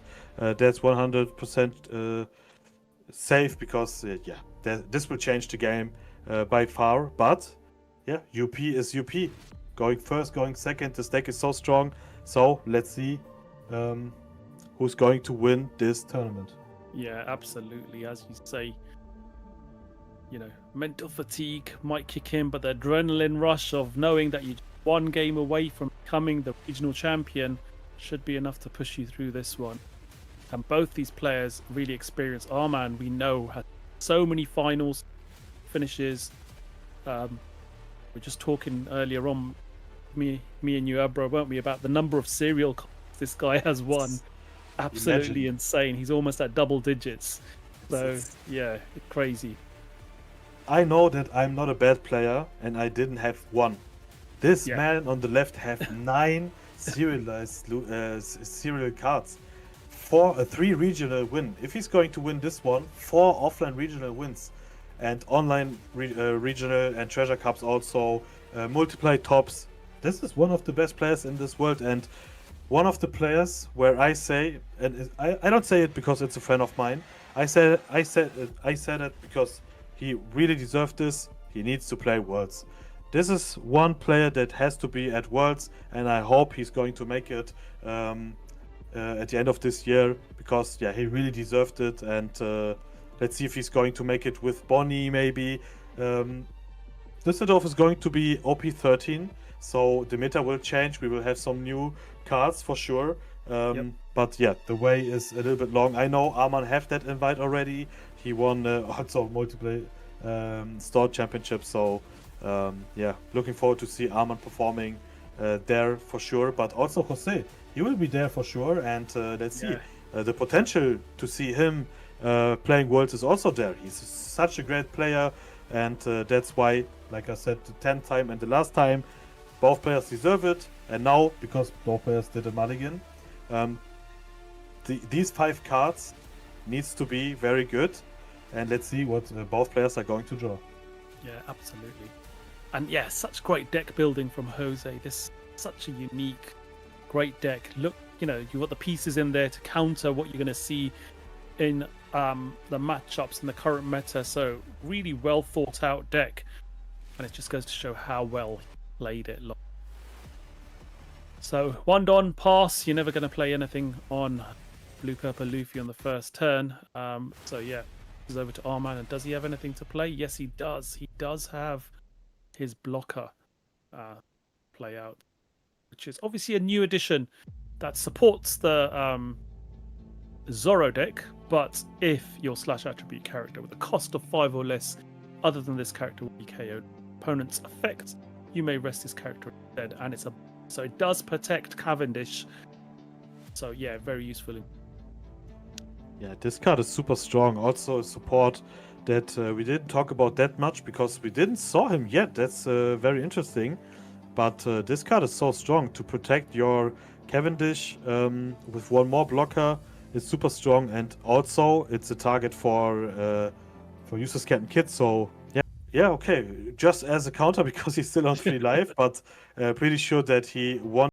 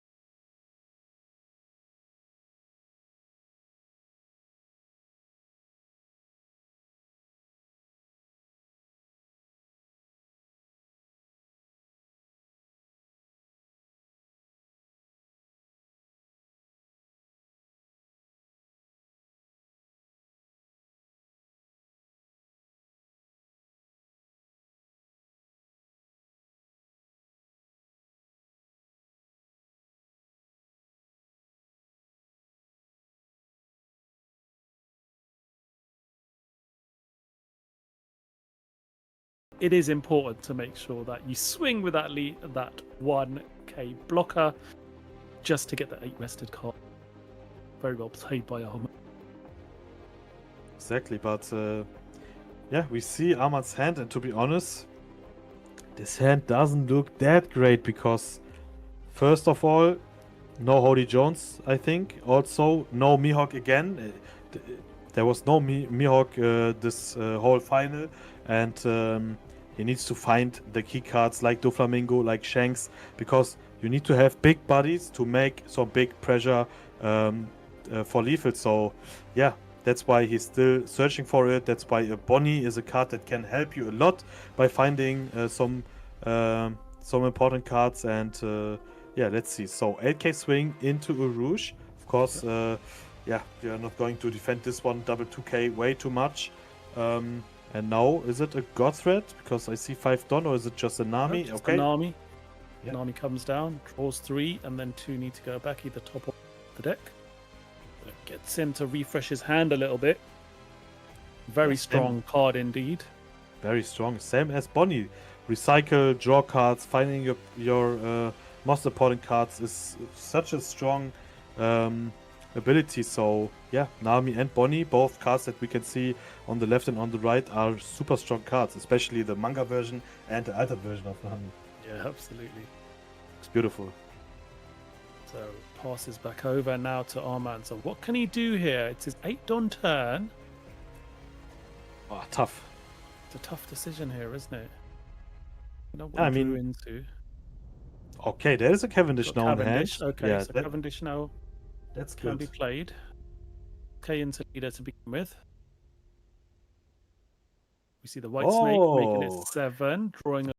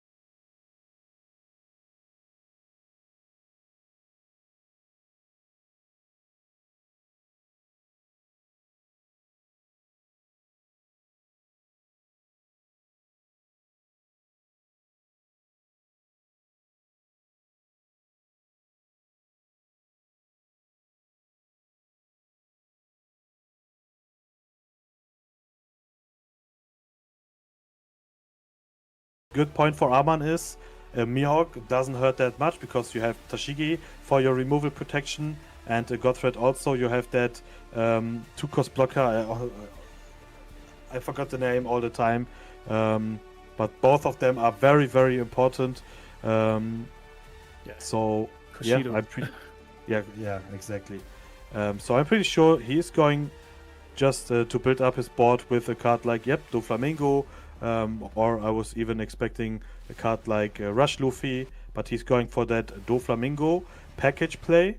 Also a combo I really, really like to see, because to cheat out 13 Dons with only 8 and have two strong abilities, especially with that Rosinante, is so good. He didn't use that on play ability, what means he don't want to use counter event that he has in hand to draw 2 cards, but he still got that 2 Dons that he can set up at the end of his turn. So 4 Don is active. Yeah, absolutely. So now does have, as we say, we've got the Doflamingo on board and the say. Does Arman want to focus on swing here? That's the question. And is he going to drop the kid now to begin with? To be honest, if I look at Arman's board and there's one card missing on this board, I would say it is a kit. Double protection. You have a Cavendish behind the kit. Everyone knows how strong a Cavendish is behind a kit, and this could be the. But now, what do you think? Do you think he should focus on attacking the army?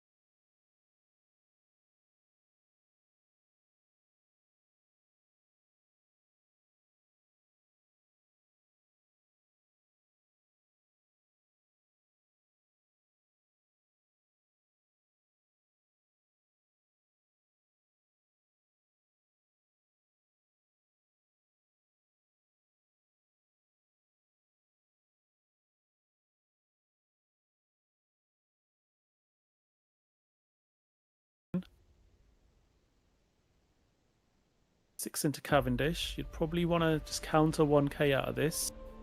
Yeah, or just a free block here. Yeah. But you You've know, still got all that Don open and the Rosanante still available to swing, so exactly. And also, he know that there's that Rush Luffy in hand, and maybe if he decided to block now, that Rush Luffy can swing with a good number into Cavendish, and also that Rosinante can swing 6 into 6. So, yep, free block is not the right option. The 1k should be the best option here. yeah. You want to do the 1k counter just to protect one of them. There we go. Rosanante being used as a counter. Now, what are we going to see Jose doing? 6k again.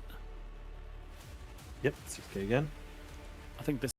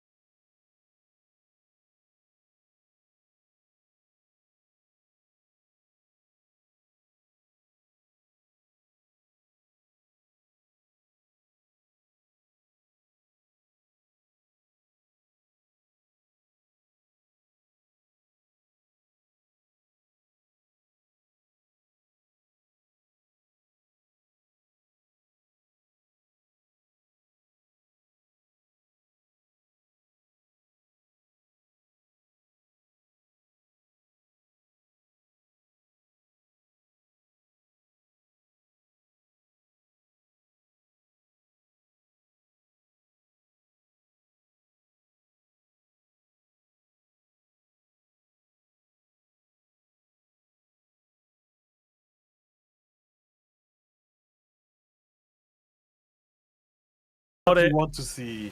Exactly. Let's see what he's going to freeze now. Wow. So, Doflamingo, Rush Luffy, and Nami get frozen down. And now, so there is a what do we see in the hand? I think there's a Mihawk. Yeah, there is a Mihawk, Mihawk. yeah. And also a Yep. Nami. Yep. Just deciding which one to take to hand. Just the Mihawk is definitely not the right play in my opinion, because there's Yep. still the Tashigi on board. So I would say one big swing, play out Nami, leave some Dons up for defense, and that's it. That's the only turn you can play in my opinion. But yeah, maybe he does have a different plan here. But yeah, that Doflamingo did a huge step for Arman to probably going to win this game. But it's still so open because Jose is doing a great job, and Arman only got one card in hand, still on 5 life. Yes, but Yep. if Arman doesn't draw any good cards as the draw for turn, then the only option for Arman is to go for game and to try to do pressure, because yeah, if you don't have any options, if you don't have counters in hand, you're not going to survive this game that long.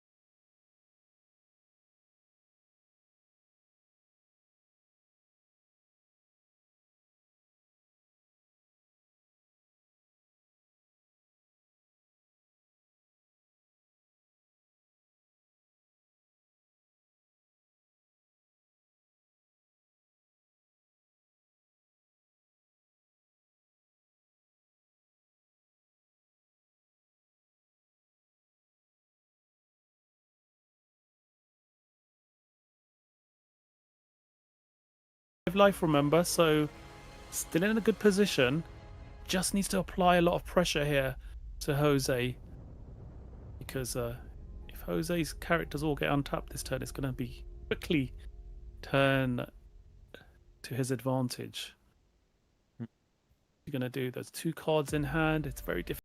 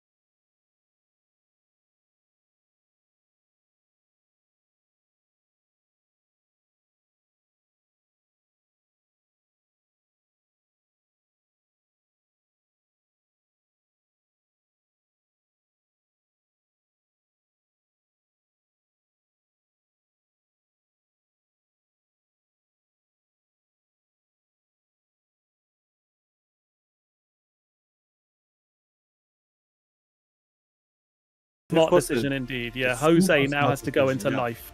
Forced to go into Exactly. life. And with that life that Arman will have in hand and a kid there and that board, this could be very dangerous. So very, very smart play from Arman. Just swing 6. Leader ability is still there because 1 down. Just play Yep. out that kid and just pass. Exactly Yeah. the right play. Red Rock doesn't help you because there's Tashigi. So this turn was really, really huge from Arman, and now Jose needs to show I got the perfect answer for your great turn with my great turn. Yeah. So Jose had 3 cards left in hand, 2 Gum Gum Giants and a Draco. Now looking at the top 5 cards from his leader ability. Starts his turn. Is he going to take to hand, and is he going to be able to stack the top of his deck exactly how he needs it? See what he takes. Smart, yeah. Oh, Okay, Usohachi, he gets a 2k counter. this one is very important because if you are playing Usohachi to rest Tashigi and then Red Rock on Kid, yep, this could work because Tashigi needs to be active to use the ability. So if we have Red Rock in hand, probably this is the turn we are going to see now. Yeah. Let's Let's see see. what happens here now. Oh, Red Rock into Usohachi would be crazy now. Yeah. Does he have it?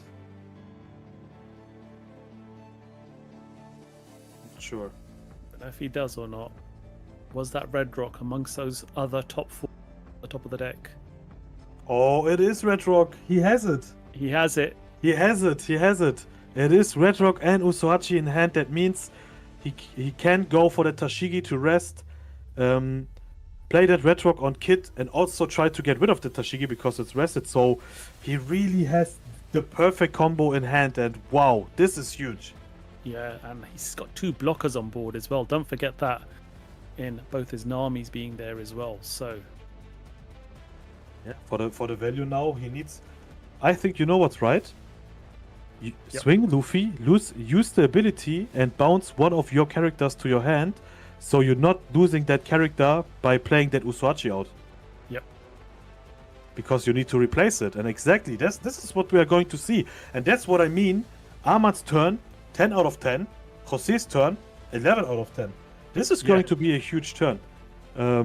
If he is doing exactly that, what I mean. Yep, he's going to rest at Nami. And look, Jose is like, you know what? I will bounce back. Okay, he bounced back to Tashigi. Okay, this will also work. Never mind. That's also an option to do. So you have more dons. You don't need to use that Usuachi. Yeah, but he needed to attack. That's the only downside about doing the turn like this. Yeah, absolutely. Okay, let's see. Doflamingo attacking. And these attacks go through, and now... Oh, there's a Hody Jones in there's a hand. Hody A couple Jones, of 2k counters as well. Yeah, you're right. Oh, that Dreadrock is going to hurt a lot. Oh, that A-Cost Luffy is my MVP for this match, to be honest.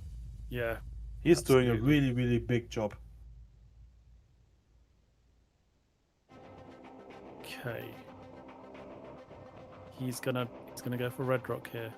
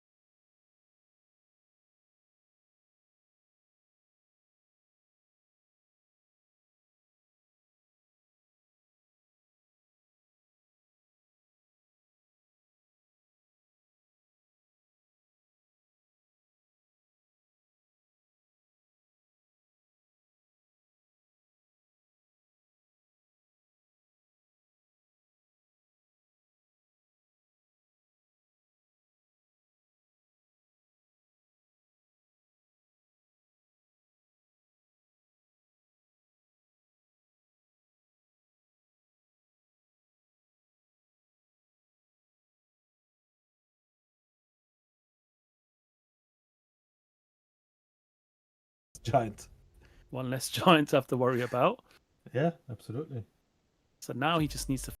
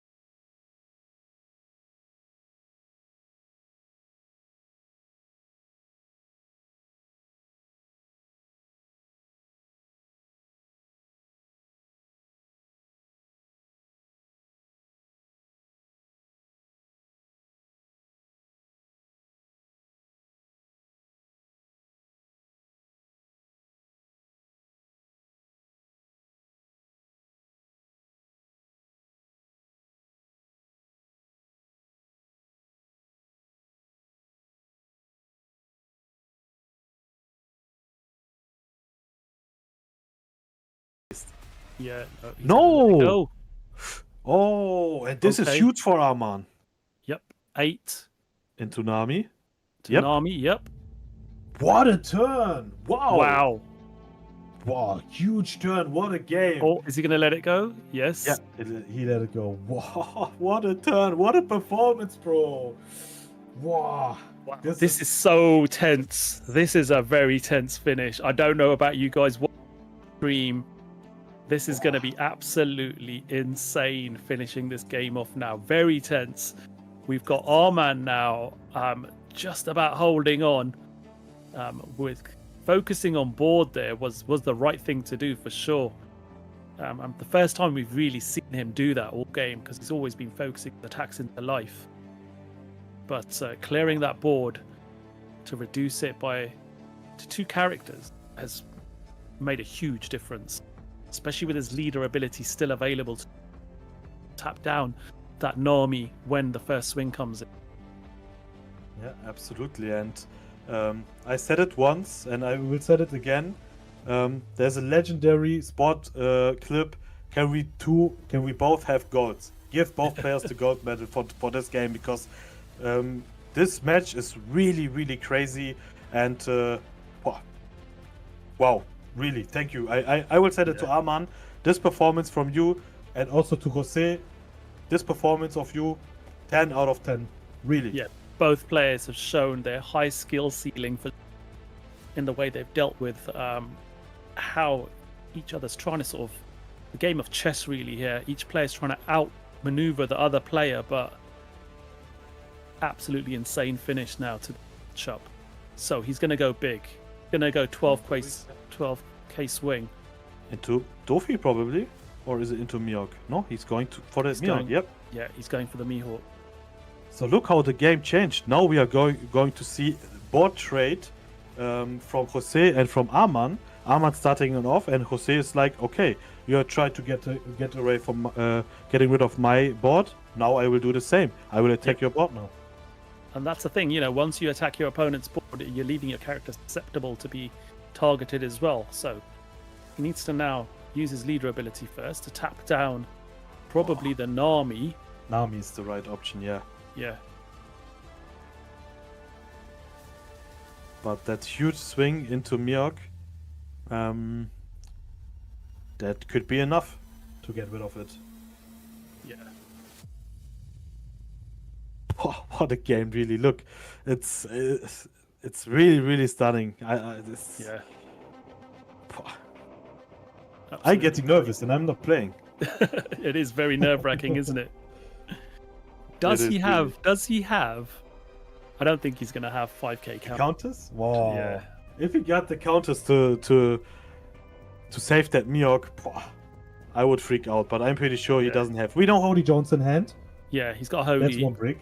And I think he's still got double Tashigi. Yeah, so he's got 2Ks for sure.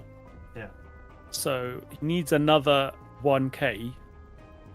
Yeah, 12k. Yeah, he needs to have another 1k. Yeah. If he got 4 cards in hand, maybe he has it. I'm not sure. I'm not sure. Okay, so he is tapping down the Nami. Right. Look, he has got 4 cards in hand. X-Drake.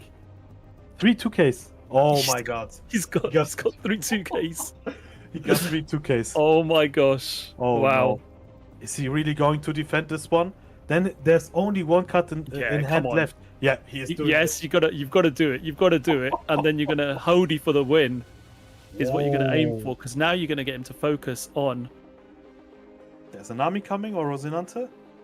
Yeah, let's see what he's going to drop here. Yeah, Nami, pretty sure. Yep. Nami, yep. Okay. Gets to get a bit of hand advantage here now.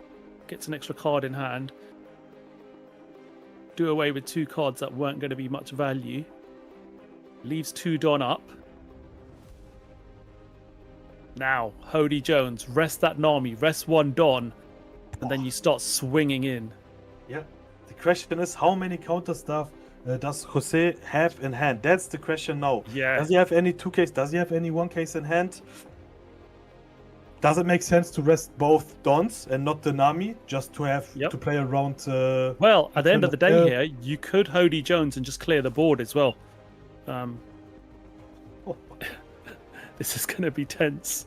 It's history. This game is history, to be honest. This is Yeah. history. All the time. Arman in the final, it's history. And I don't know, the perfect opponents, because also the final against Skeppers, Arman and Skeppers, the final was so crazy. I was doing the moderation at this event. Yep. It was so crazy. And now Jose showing 10 out of 10 performance here. Shout out to Jose. What a performance, really. Yep. I'm impressed by your skill, and thank you, Yeah. thank you again for this game. And now I think we are coming to I think the last turns, because If he's gonna- Arman needs to yeah. decide now. if He he's needs going to to go for decide now. game now, I think you Yeah. rest the.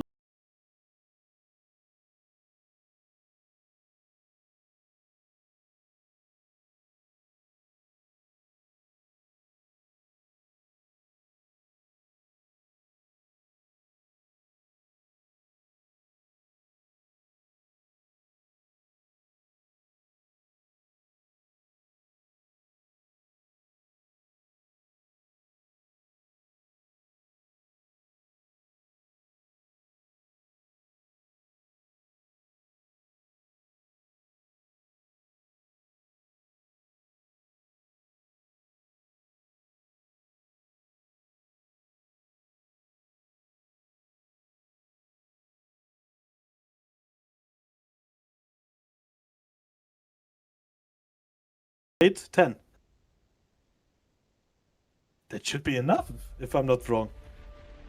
But you can, but yeah, it depends how Jose's hand looks.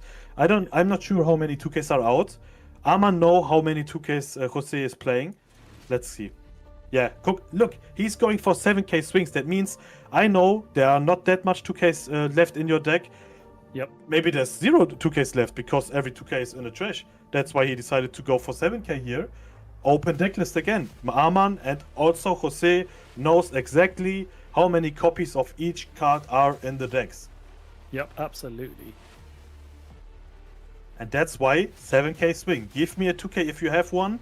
Yep. And there's a 2K in hand and also a 1K. And look, Giant and Gear 2. So there are some.